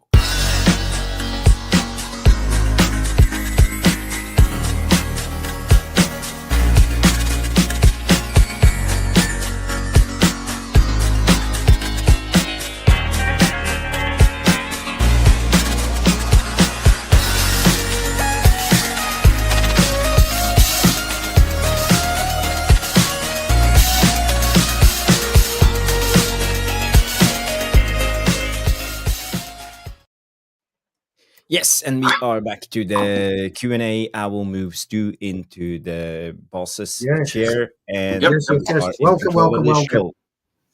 There's a huge 214 of you watching. Please smash that like for both Mick and Jarvis. We do need the likes. It helps with our algorithm. It puts our show out to many, many, many, many more keen football fans who want to listen to three old dudes talking football. Yeah, if you don't do that, you are Skibbity. Yes, Skibbity. And as many of you in the Devilish Tacticos and Mixed VAR room would say we talk rubbish anyway, and you're probably right, but we have a lot of fun doing it. So thank you very much for joining us. Q&A time. What have we got? What have we got? There's no Trev questions for you. There's no Trev Wading rinsing me at the minute, so that's a shame because I like a good old rinsing from Trev. Mick, as a guest today, Yala Malmina. How did you read that Bodo Glimt are building a new stadium, which will be done in 27? Europa success maybe. Mick, that's actually not a question, but I just thought it because I was going to address it later. That's okay. Yeah. Did anyone read about it? No. I know a little bit about it. They are planning to build a new stadium, but they don't have any big investors to help them out. So they just depend on the prize money they get from Europa League, and they are betting on qualifying for Champions League next season. Just the ticket into the group stage will give them about 60 million pounds, all the way up to 80 million pounds, and that by themselves can make it easy for them to build a new stadium. So I think they are starting to settle the finances, and the new stadium will come in 27. You mentioned something, Grasshopper. That's the thing. Man United needs to be in Champions League every year. Every year. Why? Because every year we get 100 million. Yes. Yes. For the stadium. And for my money, Bodo Glimt to go through tomorrow night. Thursday night. Beat Manchester United. I certainly believe in that. Cannot see Tottenham beating Bodo Glimt at. They shit away anyway. 5-0. 5-0. Madison gone for the season. Yeah, the first question, and it's a really good question from Barman. He said, what should we do with Casemiro's 500k per week if we go to the Champions League? Excuse me. Jarvis. Skibbity. Well, as we said, we receive at least 60 million all the way up to 100 million if we go deep into the tournament. So I think Casemiro will deserve every pound of that money if he drags us over the line, as it looks like we are doing right now. Am I a little bit worried that he will be an issue? Yes, maybe, because he will be our highest earner, even higher than Bruno. So maybe it's time to call it a quits with Casemiro. Try to move him on in the summer and save a buck. Wait a minute. Who said 500? Where did you get that figures from? He's on 350k a week. He's on 18 million pounds a year, but he will 30% receive an increase. extra bonus of 25% if we reach the stage in the Champions League next season. So 18 million times 25%. That's divided by so 22.5 million pounds approximately. I don't know. A lot of money. Yeah. Well, he's got one year left, right? After this, he's got 2. I thought he had 2 left. 2 years. Yeah. He was he signed a 4-year deal when he had 2 arrived. left. Yeah, I thought he had 2 left. Yeah. So he'd be earning approximately 437,000 a week with that increase. It's too much. Boss, I'm looking at it that way. There's no resale value anyway. No. It's got 1 year left. If we are in Champions League, we need his experience. We do. So, we do. Yeah. Well, I still think knowing the Ratcliffe, that is kind of a thorn in his side. He's looking at the wages, and I think that they want to get rid of him, but I don't think that Amorim wants to get rid of him.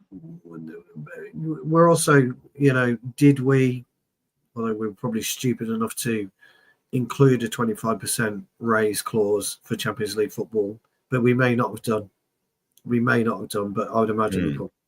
Great question, Barman. Actually, I think you've got very good. It's a tough one, that one. And Dan P's coming with another one. There's a lot of talk Real Madrid desperately wanting to get hold of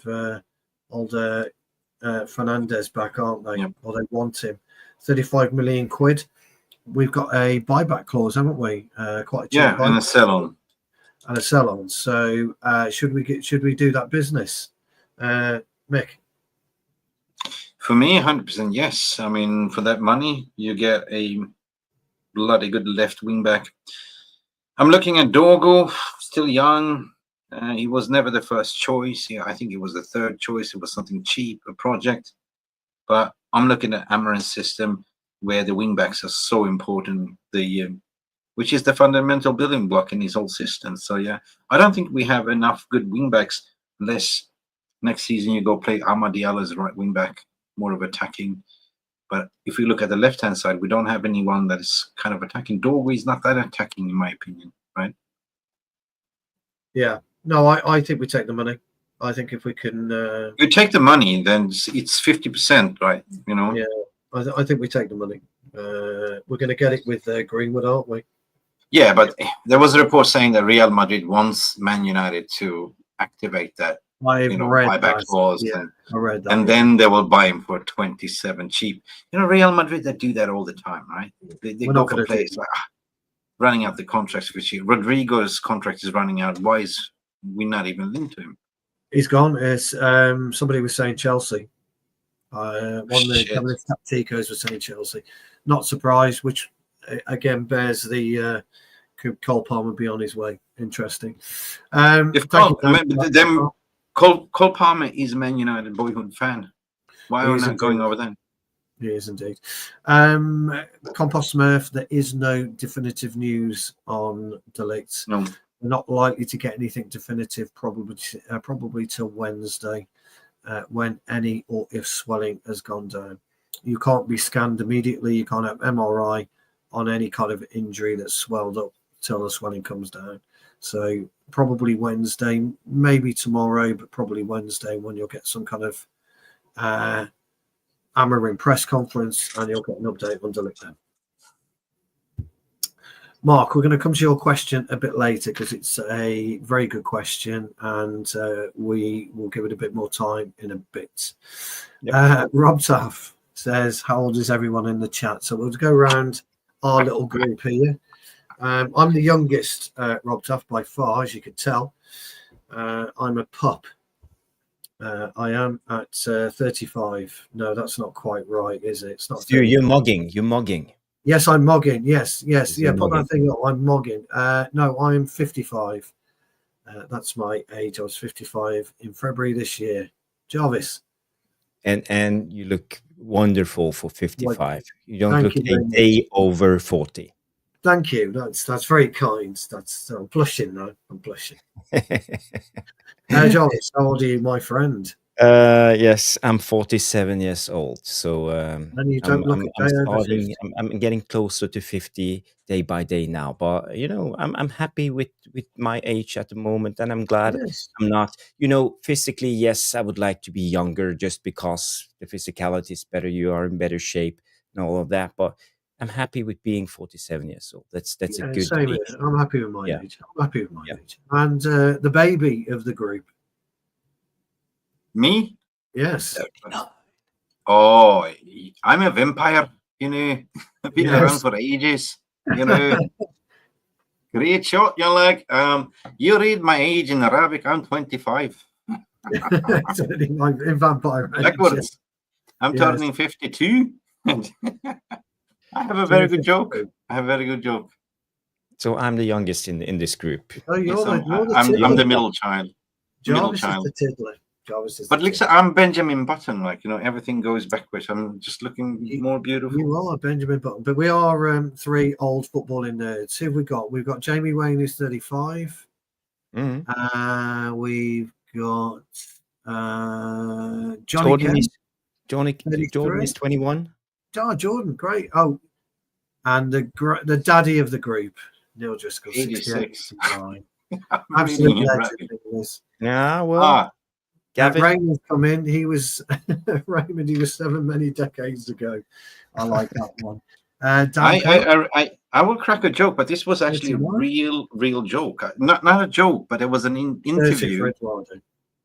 30. Yeah. Let me stick to 30. That number. I like that number because I clearly instantly remember an interview. There was a British journal that interviewed an Indian gentleman. I'm sorry, don't take this wrong, right? But he said, he said, how old are you, sir? And he said, I'm dirty, but my wife is dirty too. Oh, God. Oh, God. It's real. It's for real. I'm dirty, but my wife is dirty too. 77. Gavin. Wow. Thank you. Thank you. It's great to see you. Jordan also asked the same question. So thank you for that, Jordan. Jordan is also wanting to know, what is our favorite food? I love food. I love Italian, Jordan, to be honest. I love pasta. I love Italian. Everything about food in Italy is my favorite. So that's my go-to. I'm a carnivore, so I love everything with meat, barbecue. So you love Australian and Argentina. Oh, Dave's you can't.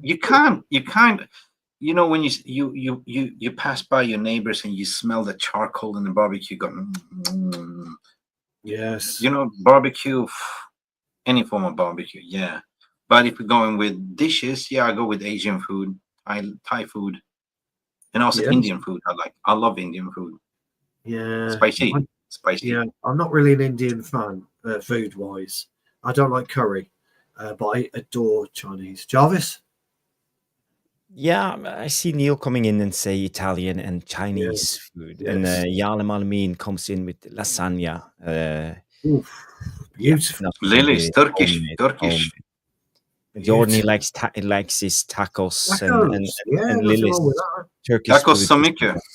Lily's likes Turkish. And by the way, I just want to read this out. Hi, Jarvis, Mick Bratterstad from hospital. I'm at 42. Still there. I'm like 25.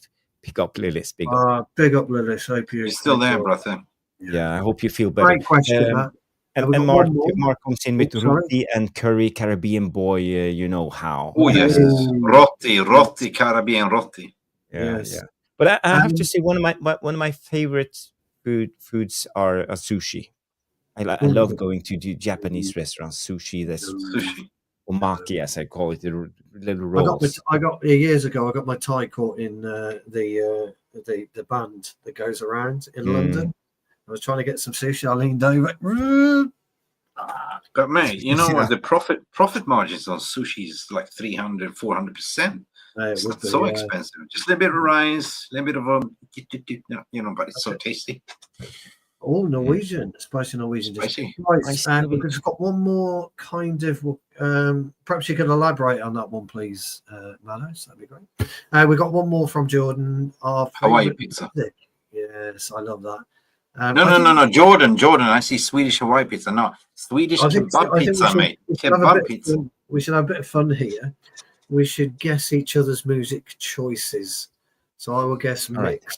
Jarvis can guess mine, and Mick can guess Jarvis's. I know your favorite musics too. You know mine, don't you? Yeah, Mick, you'll have to. Yes, perhaps Mick should guess mine. You know mine, don't you? Yeah. Yeah, you're more into indie pop. Ooh, close. More rock. I'm more rock. Yeah. We are rock. We are metalheads. Yes. Yeah, I know you are, Mick. Yeah, I'm pretty sure. I remember you saying you're a metalhead. Oh shit! You know, I like everything. Iron Maiden from the past. You know, I've been to a lot of those Metallica concerts. I've been to AC/DC concerts. Yes. You know, but they don't make music anymore. It's just they make. I don't know. They don't. Right. I've mellowed a little bit. I've just got into Tool. Believe it or not, the prog rock legend. Tool, yeah. They're brilliant. I've just got into those. They play 6 octave. Yeah, I like Tool, so I've just got into Tool. Jarvis? Cool. Well, lately, the last couple of weeks, I've been actually listening to 70s soul music. Nice. Why? Nice. It's something with it that's like just hit me at the moment. Like passionate music, and but usually I listen to a lot of. When I was growing up, it was grunge. Me too. Seattle rock grunge in the 90s. In the late 80s, I listened to Metallica, Guns N' Roses, and rock and roll. And then I started listening to, I would say, Britpop. You know, all those Oasis, Blur, and stuff. And then I flew into a journey with the Radiohead and Muse and Radiohead, you're speaking my language. And before they went to old music, 50s music, Elvis, rock and roll, and Beatles, and went all the way back to the 80s and with the Smashing Pumpkins, the Cure, and all of that. So you know, I've been everywhere when it comes to music, but now I'm into soul. Yeah. So there's a lot of good bands. There's a lot of all kind of music, a lot of indie rock. There's Metallica for Rich. Good to see you, Rich.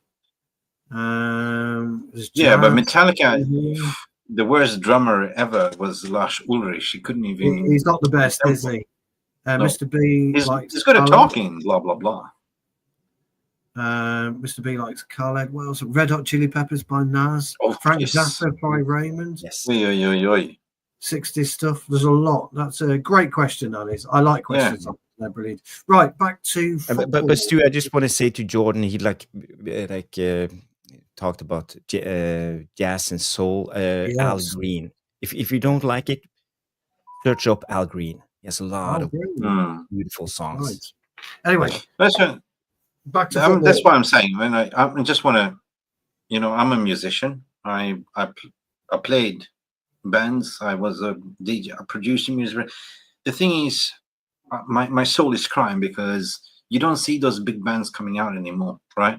You don't, right? It's either like, Britain's Got Talent, this shows, this, you used to be able to receive your salary, you go down to the record store, buy a label, buy a vinyl, and you sit home. And you used to say, "What are you doing, mate? I'm going to go home and listen to music." You actually sat down and listened to music. You studied the artwork.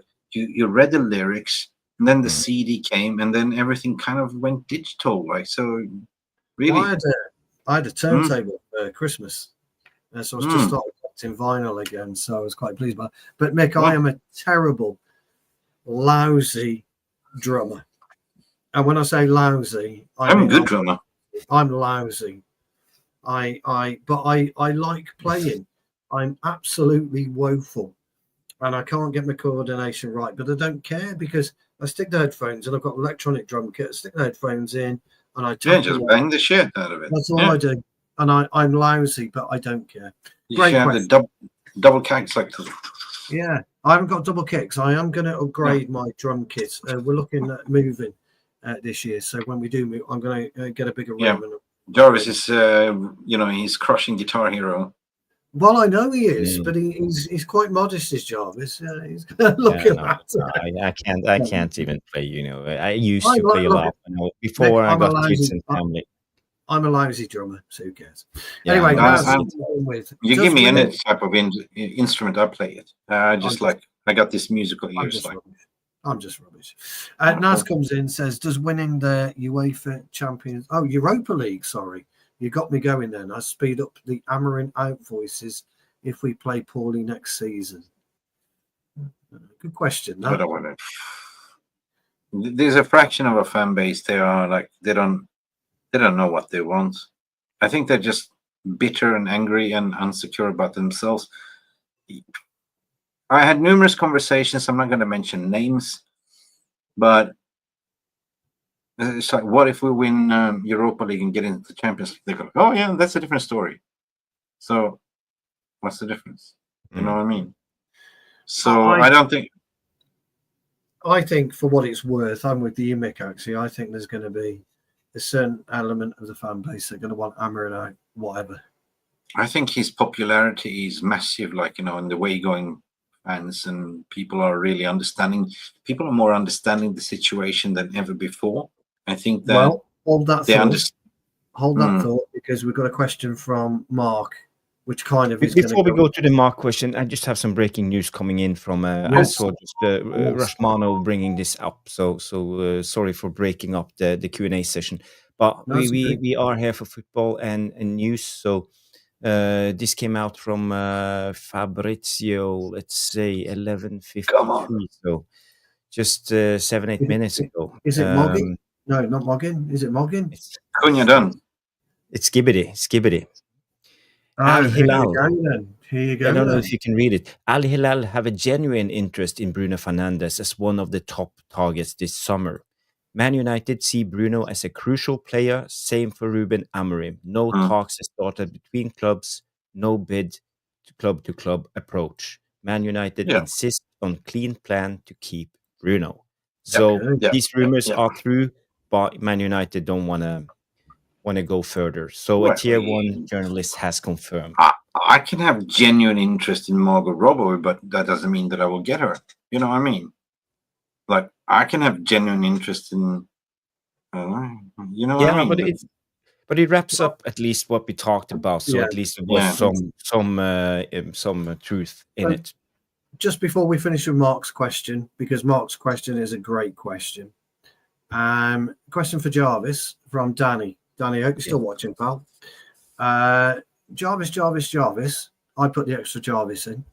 Have you heard of Mikkel Bro Hansen, a 16-year-old forward at Bodo Glimt? Look at this smile. Yes. You look like Robert De Niro this time. Obviously, I have heard of him. He's a Danish kid. I think he's 16 years old, yes. And he's a massive striker talent.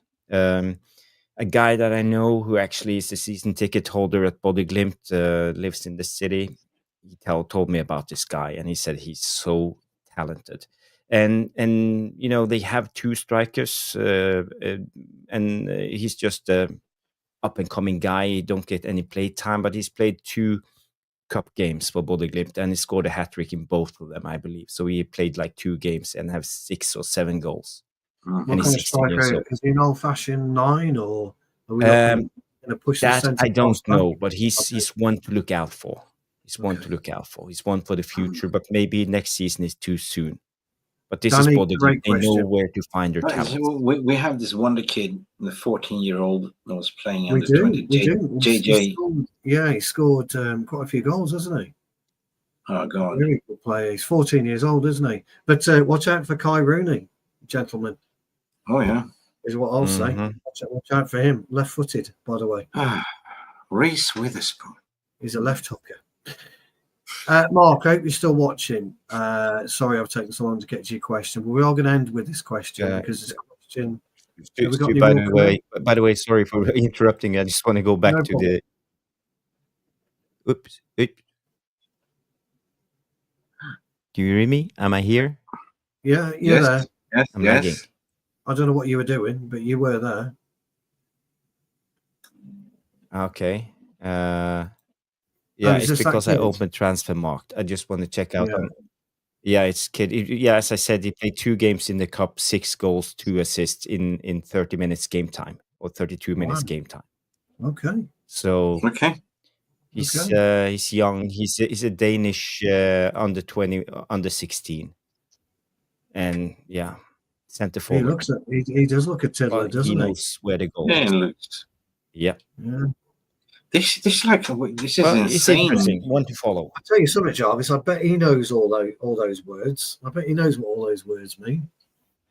Yeah, it's insane. It's insane. Like, you know, if you look at Cheeto Obi, another Danish, you know, there might be some debate. Should he stay and develop, or should we loan him out? And I'm going like, why do you loan him out? He's a good sounding board. Is old Cheeto, because he struggled when he's played at first team level, struggled to find the space, struggled to get his chances. I think it's too early to loan him out. Like, I'm just looking at Barcelona. You know, did they loan out Yamal? He's 17. He's one of the best players in the team. Oh, he's the best player in the team, almost. You know, it's just he's getting there. He's getting there, and he bless him. He's no Rafinha, but you know. I'm only joking, of course. Let's finish with Mark's question because we are almost 2 hours into the stream. Let's finish with Mark's question. Question to Jarvis and panel. I asked this question on my stream earlier. Can you take a crack if you have time? Of course, we've always got time, Mark, for you, buddy. Has Amorim's system implementation been a success? If so, to what degree? And if not, why? Ooh, who would like to? Good one. I like that one. Question. I think we've all got our opinions on it. I think it hasn't been to its full potential, like, you know, the 3-4-3 system. I've seen lately how he's adopting a 3-2-5 or a 3-1-6.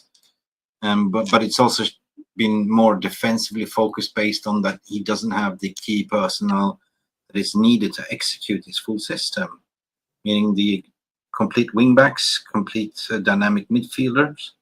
So it's basically like, you know, okay, I'm looking what I have here and making best out of it.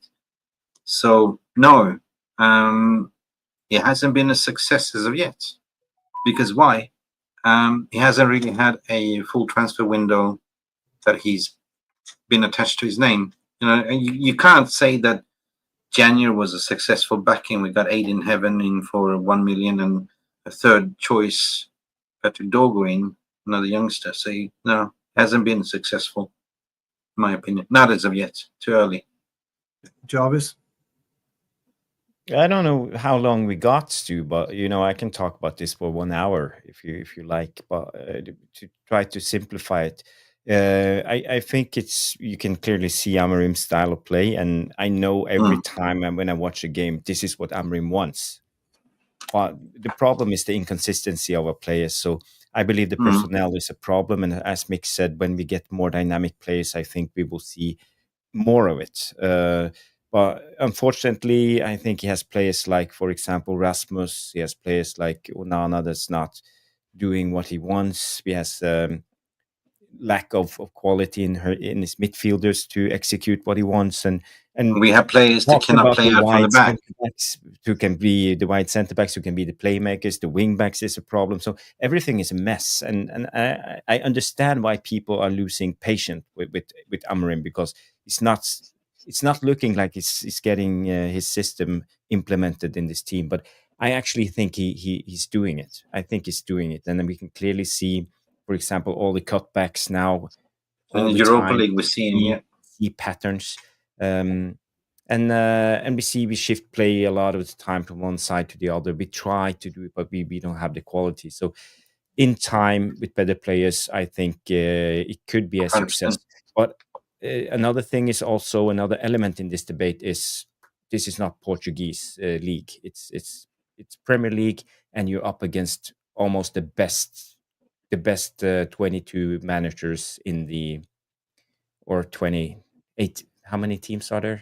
19, 20 teams. So the best 20 managers in the world almost. And they know how to exploit the weaknesses, because every system has a weakness. It's almost like in chess.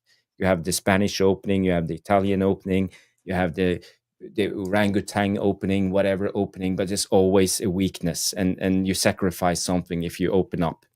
So this is when it comes to football, Amorim is getting really exploited because of his weaknesses. We see teams, they sit back, they let the three centre backs have the ball, they don't push them because they don't want Amorim to get in the central areas and then try to build up with this extra man because of the 3-4-3 system. So, and also when you look at other teams like Newcastle, for example, pinning down our wing backs, suddenly we can't get out. We are under siege.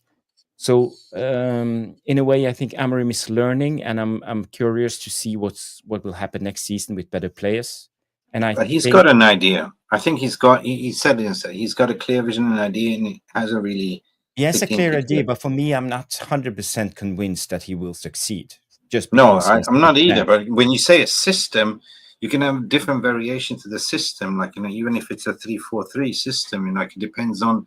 There's different variations you can sort of change that system. You know what I mean? You can play more defensively. We've seen him play like with 8 in the back sometimes, right? Because he doesn't trust certain players. But lately, I'm seeing him pushing up like 3-1-6 with 6 flooding into the box, which is something new, right?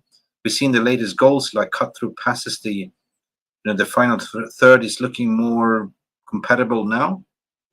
So I'm saying, like, it's been a struggle. He said himself, like, beware of a perfect storm, and we're going to be suffering. So yeah, this is what there's a reason. There's a reason I picked the side that I picked, and the way that I wanted that to play, and that is adaptability, and that's what we don't. That's what we don't demonstrate. I agree with both of you in everything that you said. There is an attempted style. We are seeing various little things. Every little game, we're seeing something different, but no real adaptability. Yeah, but you play the game. If you play 3 in the back, you need tempo, you need athleticism, you need players that can run. Yeah. We don't have that. No, you look at the midfield. I picked that team because I wanted to show, I wanted to demonstrate that you can be adaptable and not really burn your principles to the ground. Because what you guys are talking about, whether and you're right, Mick. Whether you play a 3-4-3, whether you play 3-2-1, it doesn't really matter. 4-4-2. You never stick to that principle during the game. It just never happens. We've all played the game, and we all know you migrate into different areas of the pitch where you shouldn't be occasionally, but that's because you've been told to follow your man across the pitch. Well, what you're doing and all that kind of stuff. So I just wanted to try and demonstrate adaptability. I didn't know Mark's question was coming, but as it happens, what we were talking about earlier in our three systems, our three sets of players were slightly different. The way that we view the game is slightly different, and that's why we love football. That's why we're all on here talking about football as many times a week as we can. I would like to see us more compact on occasions and wider on occasions, and we can do that in the 3-4-3, in a 3-5-2. We can do that in a 4-4-2, in a 4-3-3. We can do it. He won't. I just want to see him adapt. That's all I want to see. And I think if he adapts more and takes a risk more, I think we'll win. We'll win more games. Yeah, but I think if you look at the back three, I'm a big fan of Lenny Euro. The way he progressed the ball and bomb forward. You need a Harry Maguire in the central focal point there. That doesn't really have to push high. But at least the left-sided and the right-sided should be ball carriers, and that's what we tried. That's what we're seeing. And I kept forgetting that we still have Lisandro Martinez in the team. You know what I mean? So for me, the fundamentals this summer is basically look at what are we doing with the wing-back situation, because that's pivotal. And we need an extra dynamic midfielder in there, that could. Ugachi is okay, he's a destroyer, but we need that ball winner on top, like Fred used to be, to maintain pressure in the final third. Right? So I think that for me, it's pivotal to sort of invest in a wing back, definitely a centre forward, and a dynamic midfielder. Right, and the rest you can look at the academy, Yeah, look, I mean, like I say, everybody views football differently, and I like that. I like that everybody's got an opinion on it, and we see football completely differently. I don't think we do adapt during games. Yola Mamin says we do adapt. I don't think we do. I don't. If we do adapt, we don't adapt enough for my liking. It's not about being strict and rigid. It's about being fluid and flowing. So the best teams in the world flow. They just do.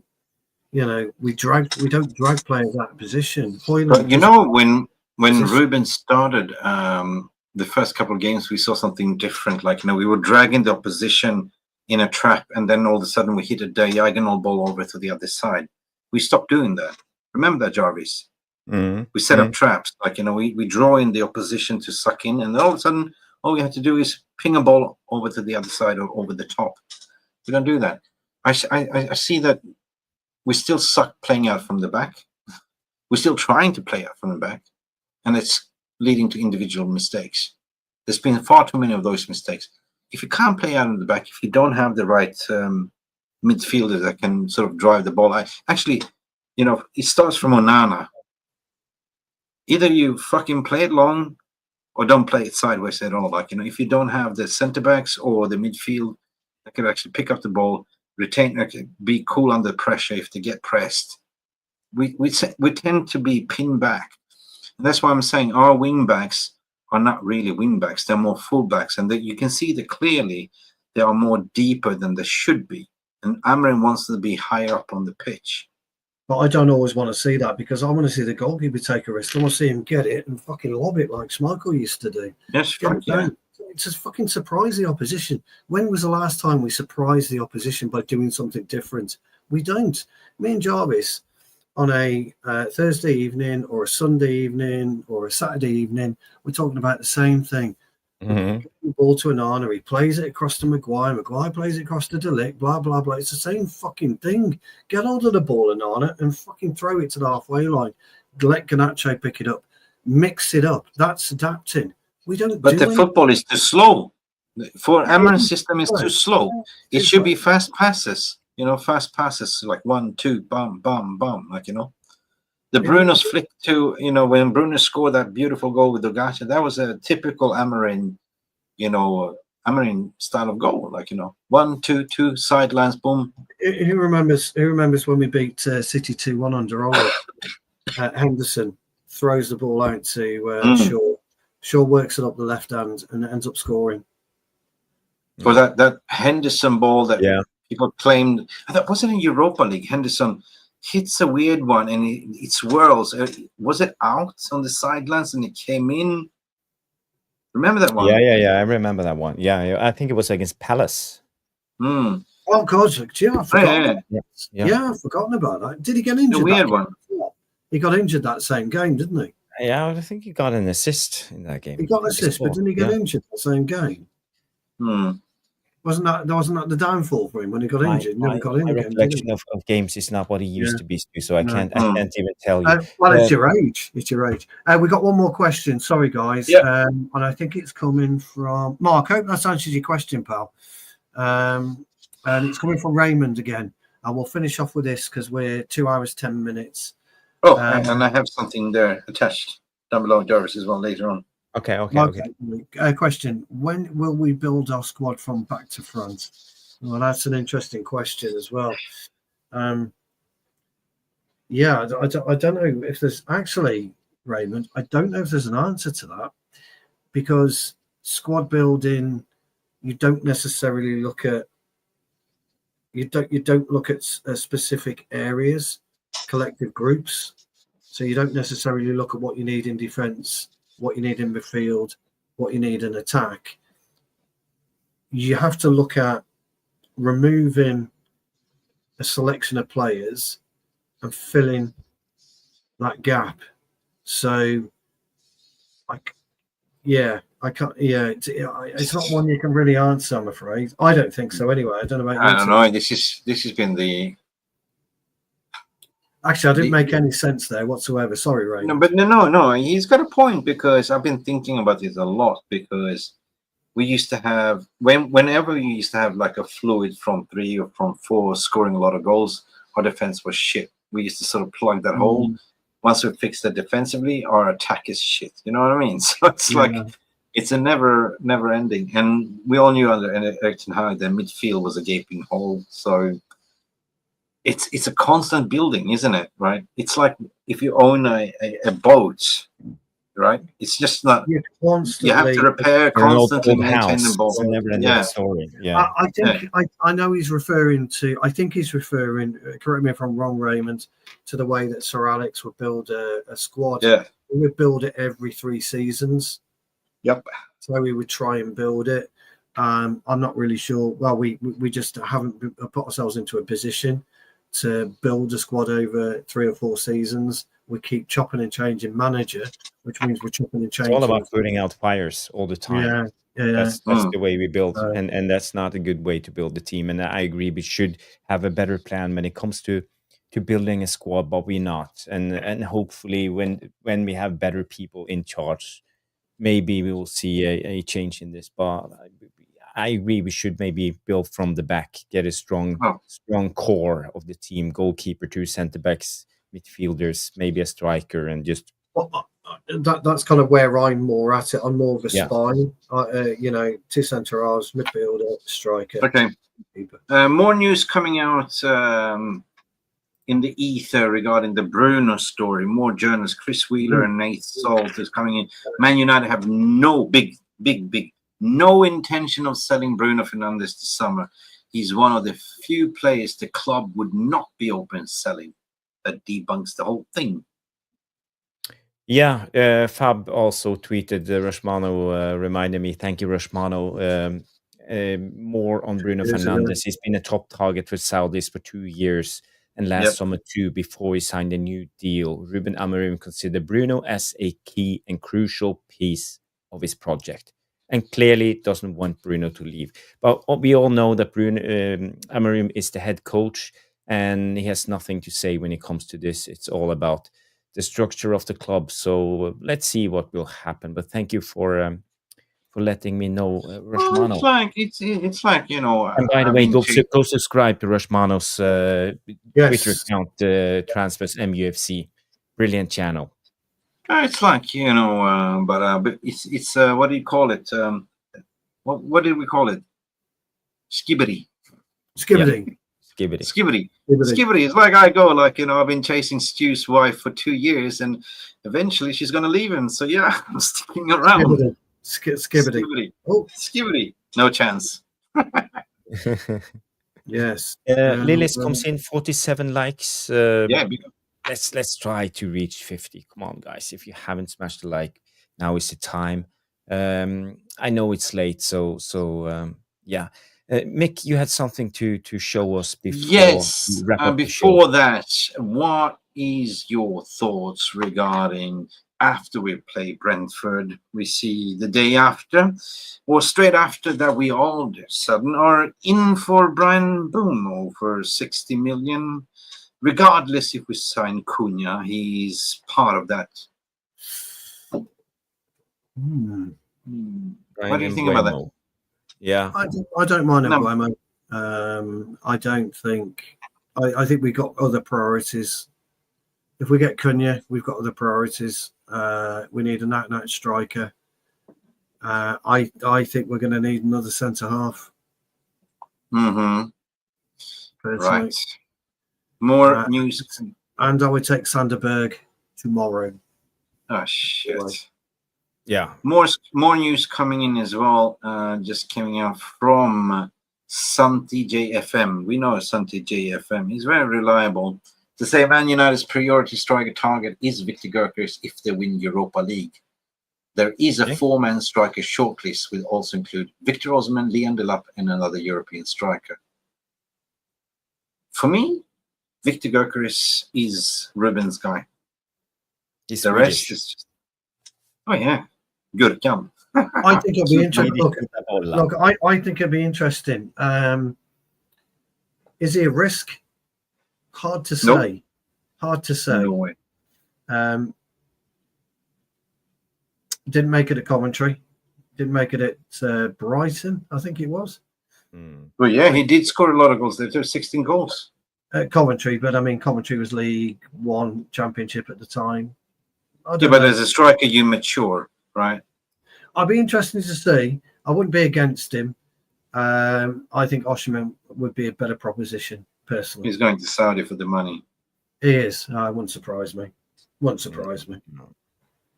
Anyway, that's just came out just now. But, you know, we talked about Bruno. We talked about everything. We talked about potentially what will happen. I'm just sharing an image, Jarvis, that is down there that you can pull on.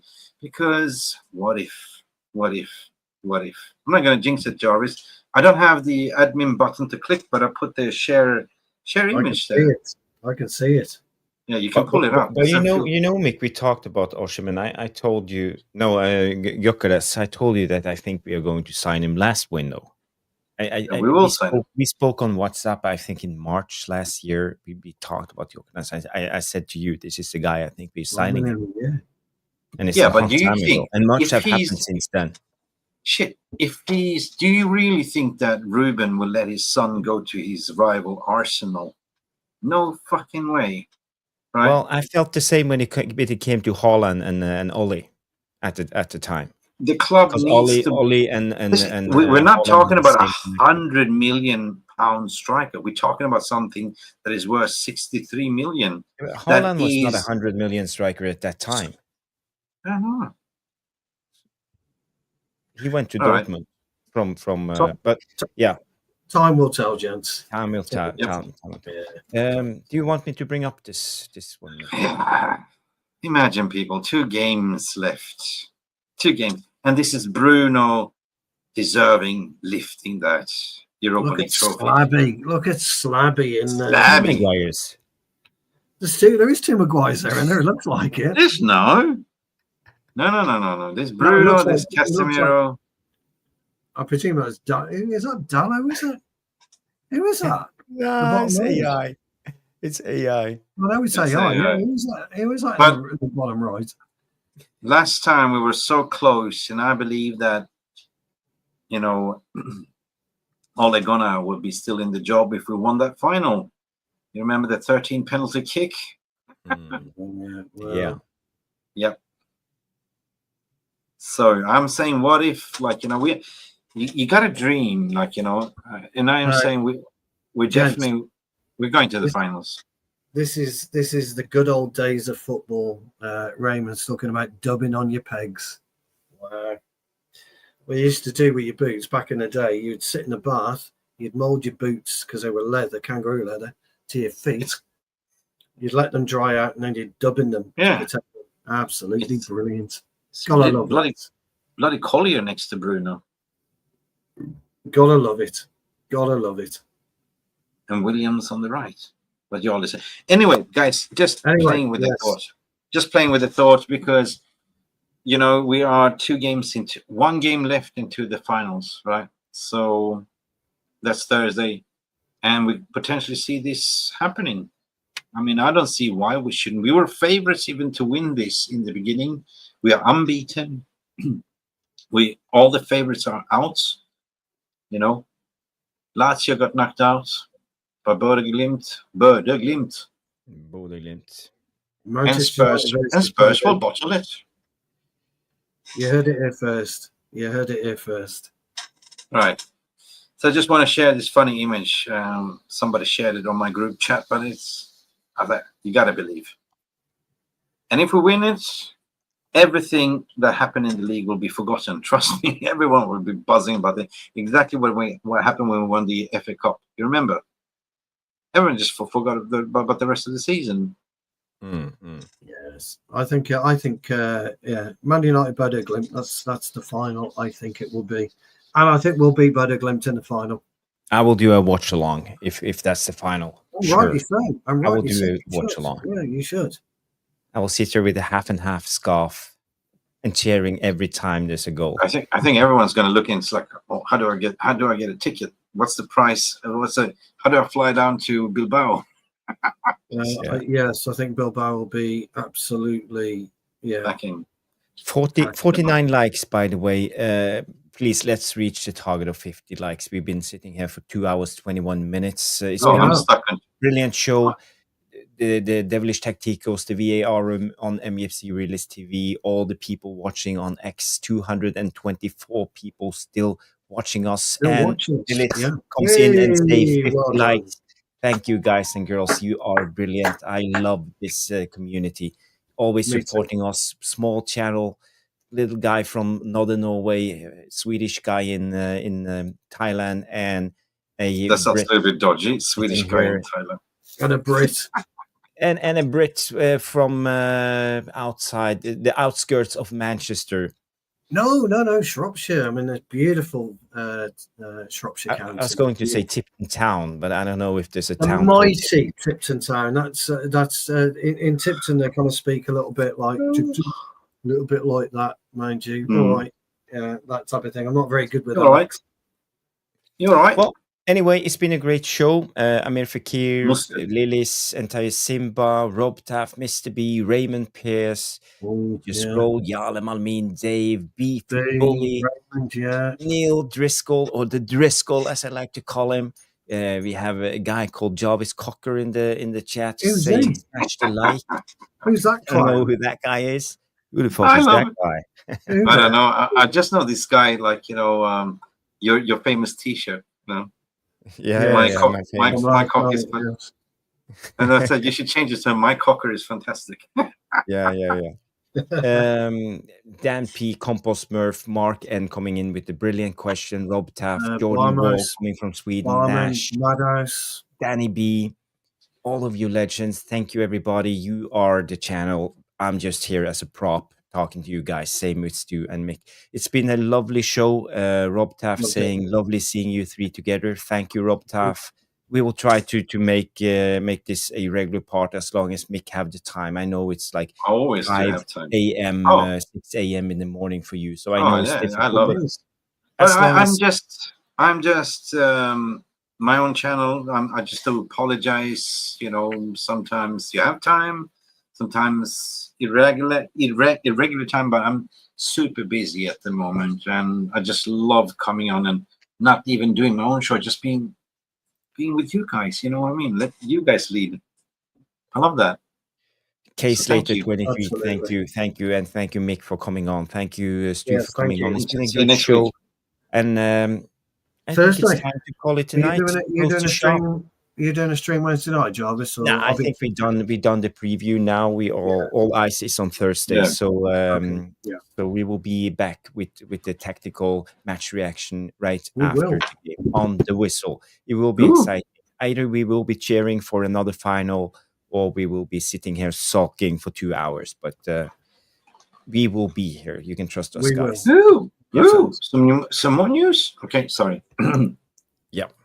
It's been a great show. Thank you, everybody. And Take care, Tay guys. Simba, Amir Fakir, Rosh Mano. How could I forget the The chief legend. moderator? Thank you, the legend Rosh Mano, Transfers MUFC on X. Okay, it's been a good show. Thank you, everybody. And we will end the stream. Have a good night, everybody. And Good bye. night. Bye.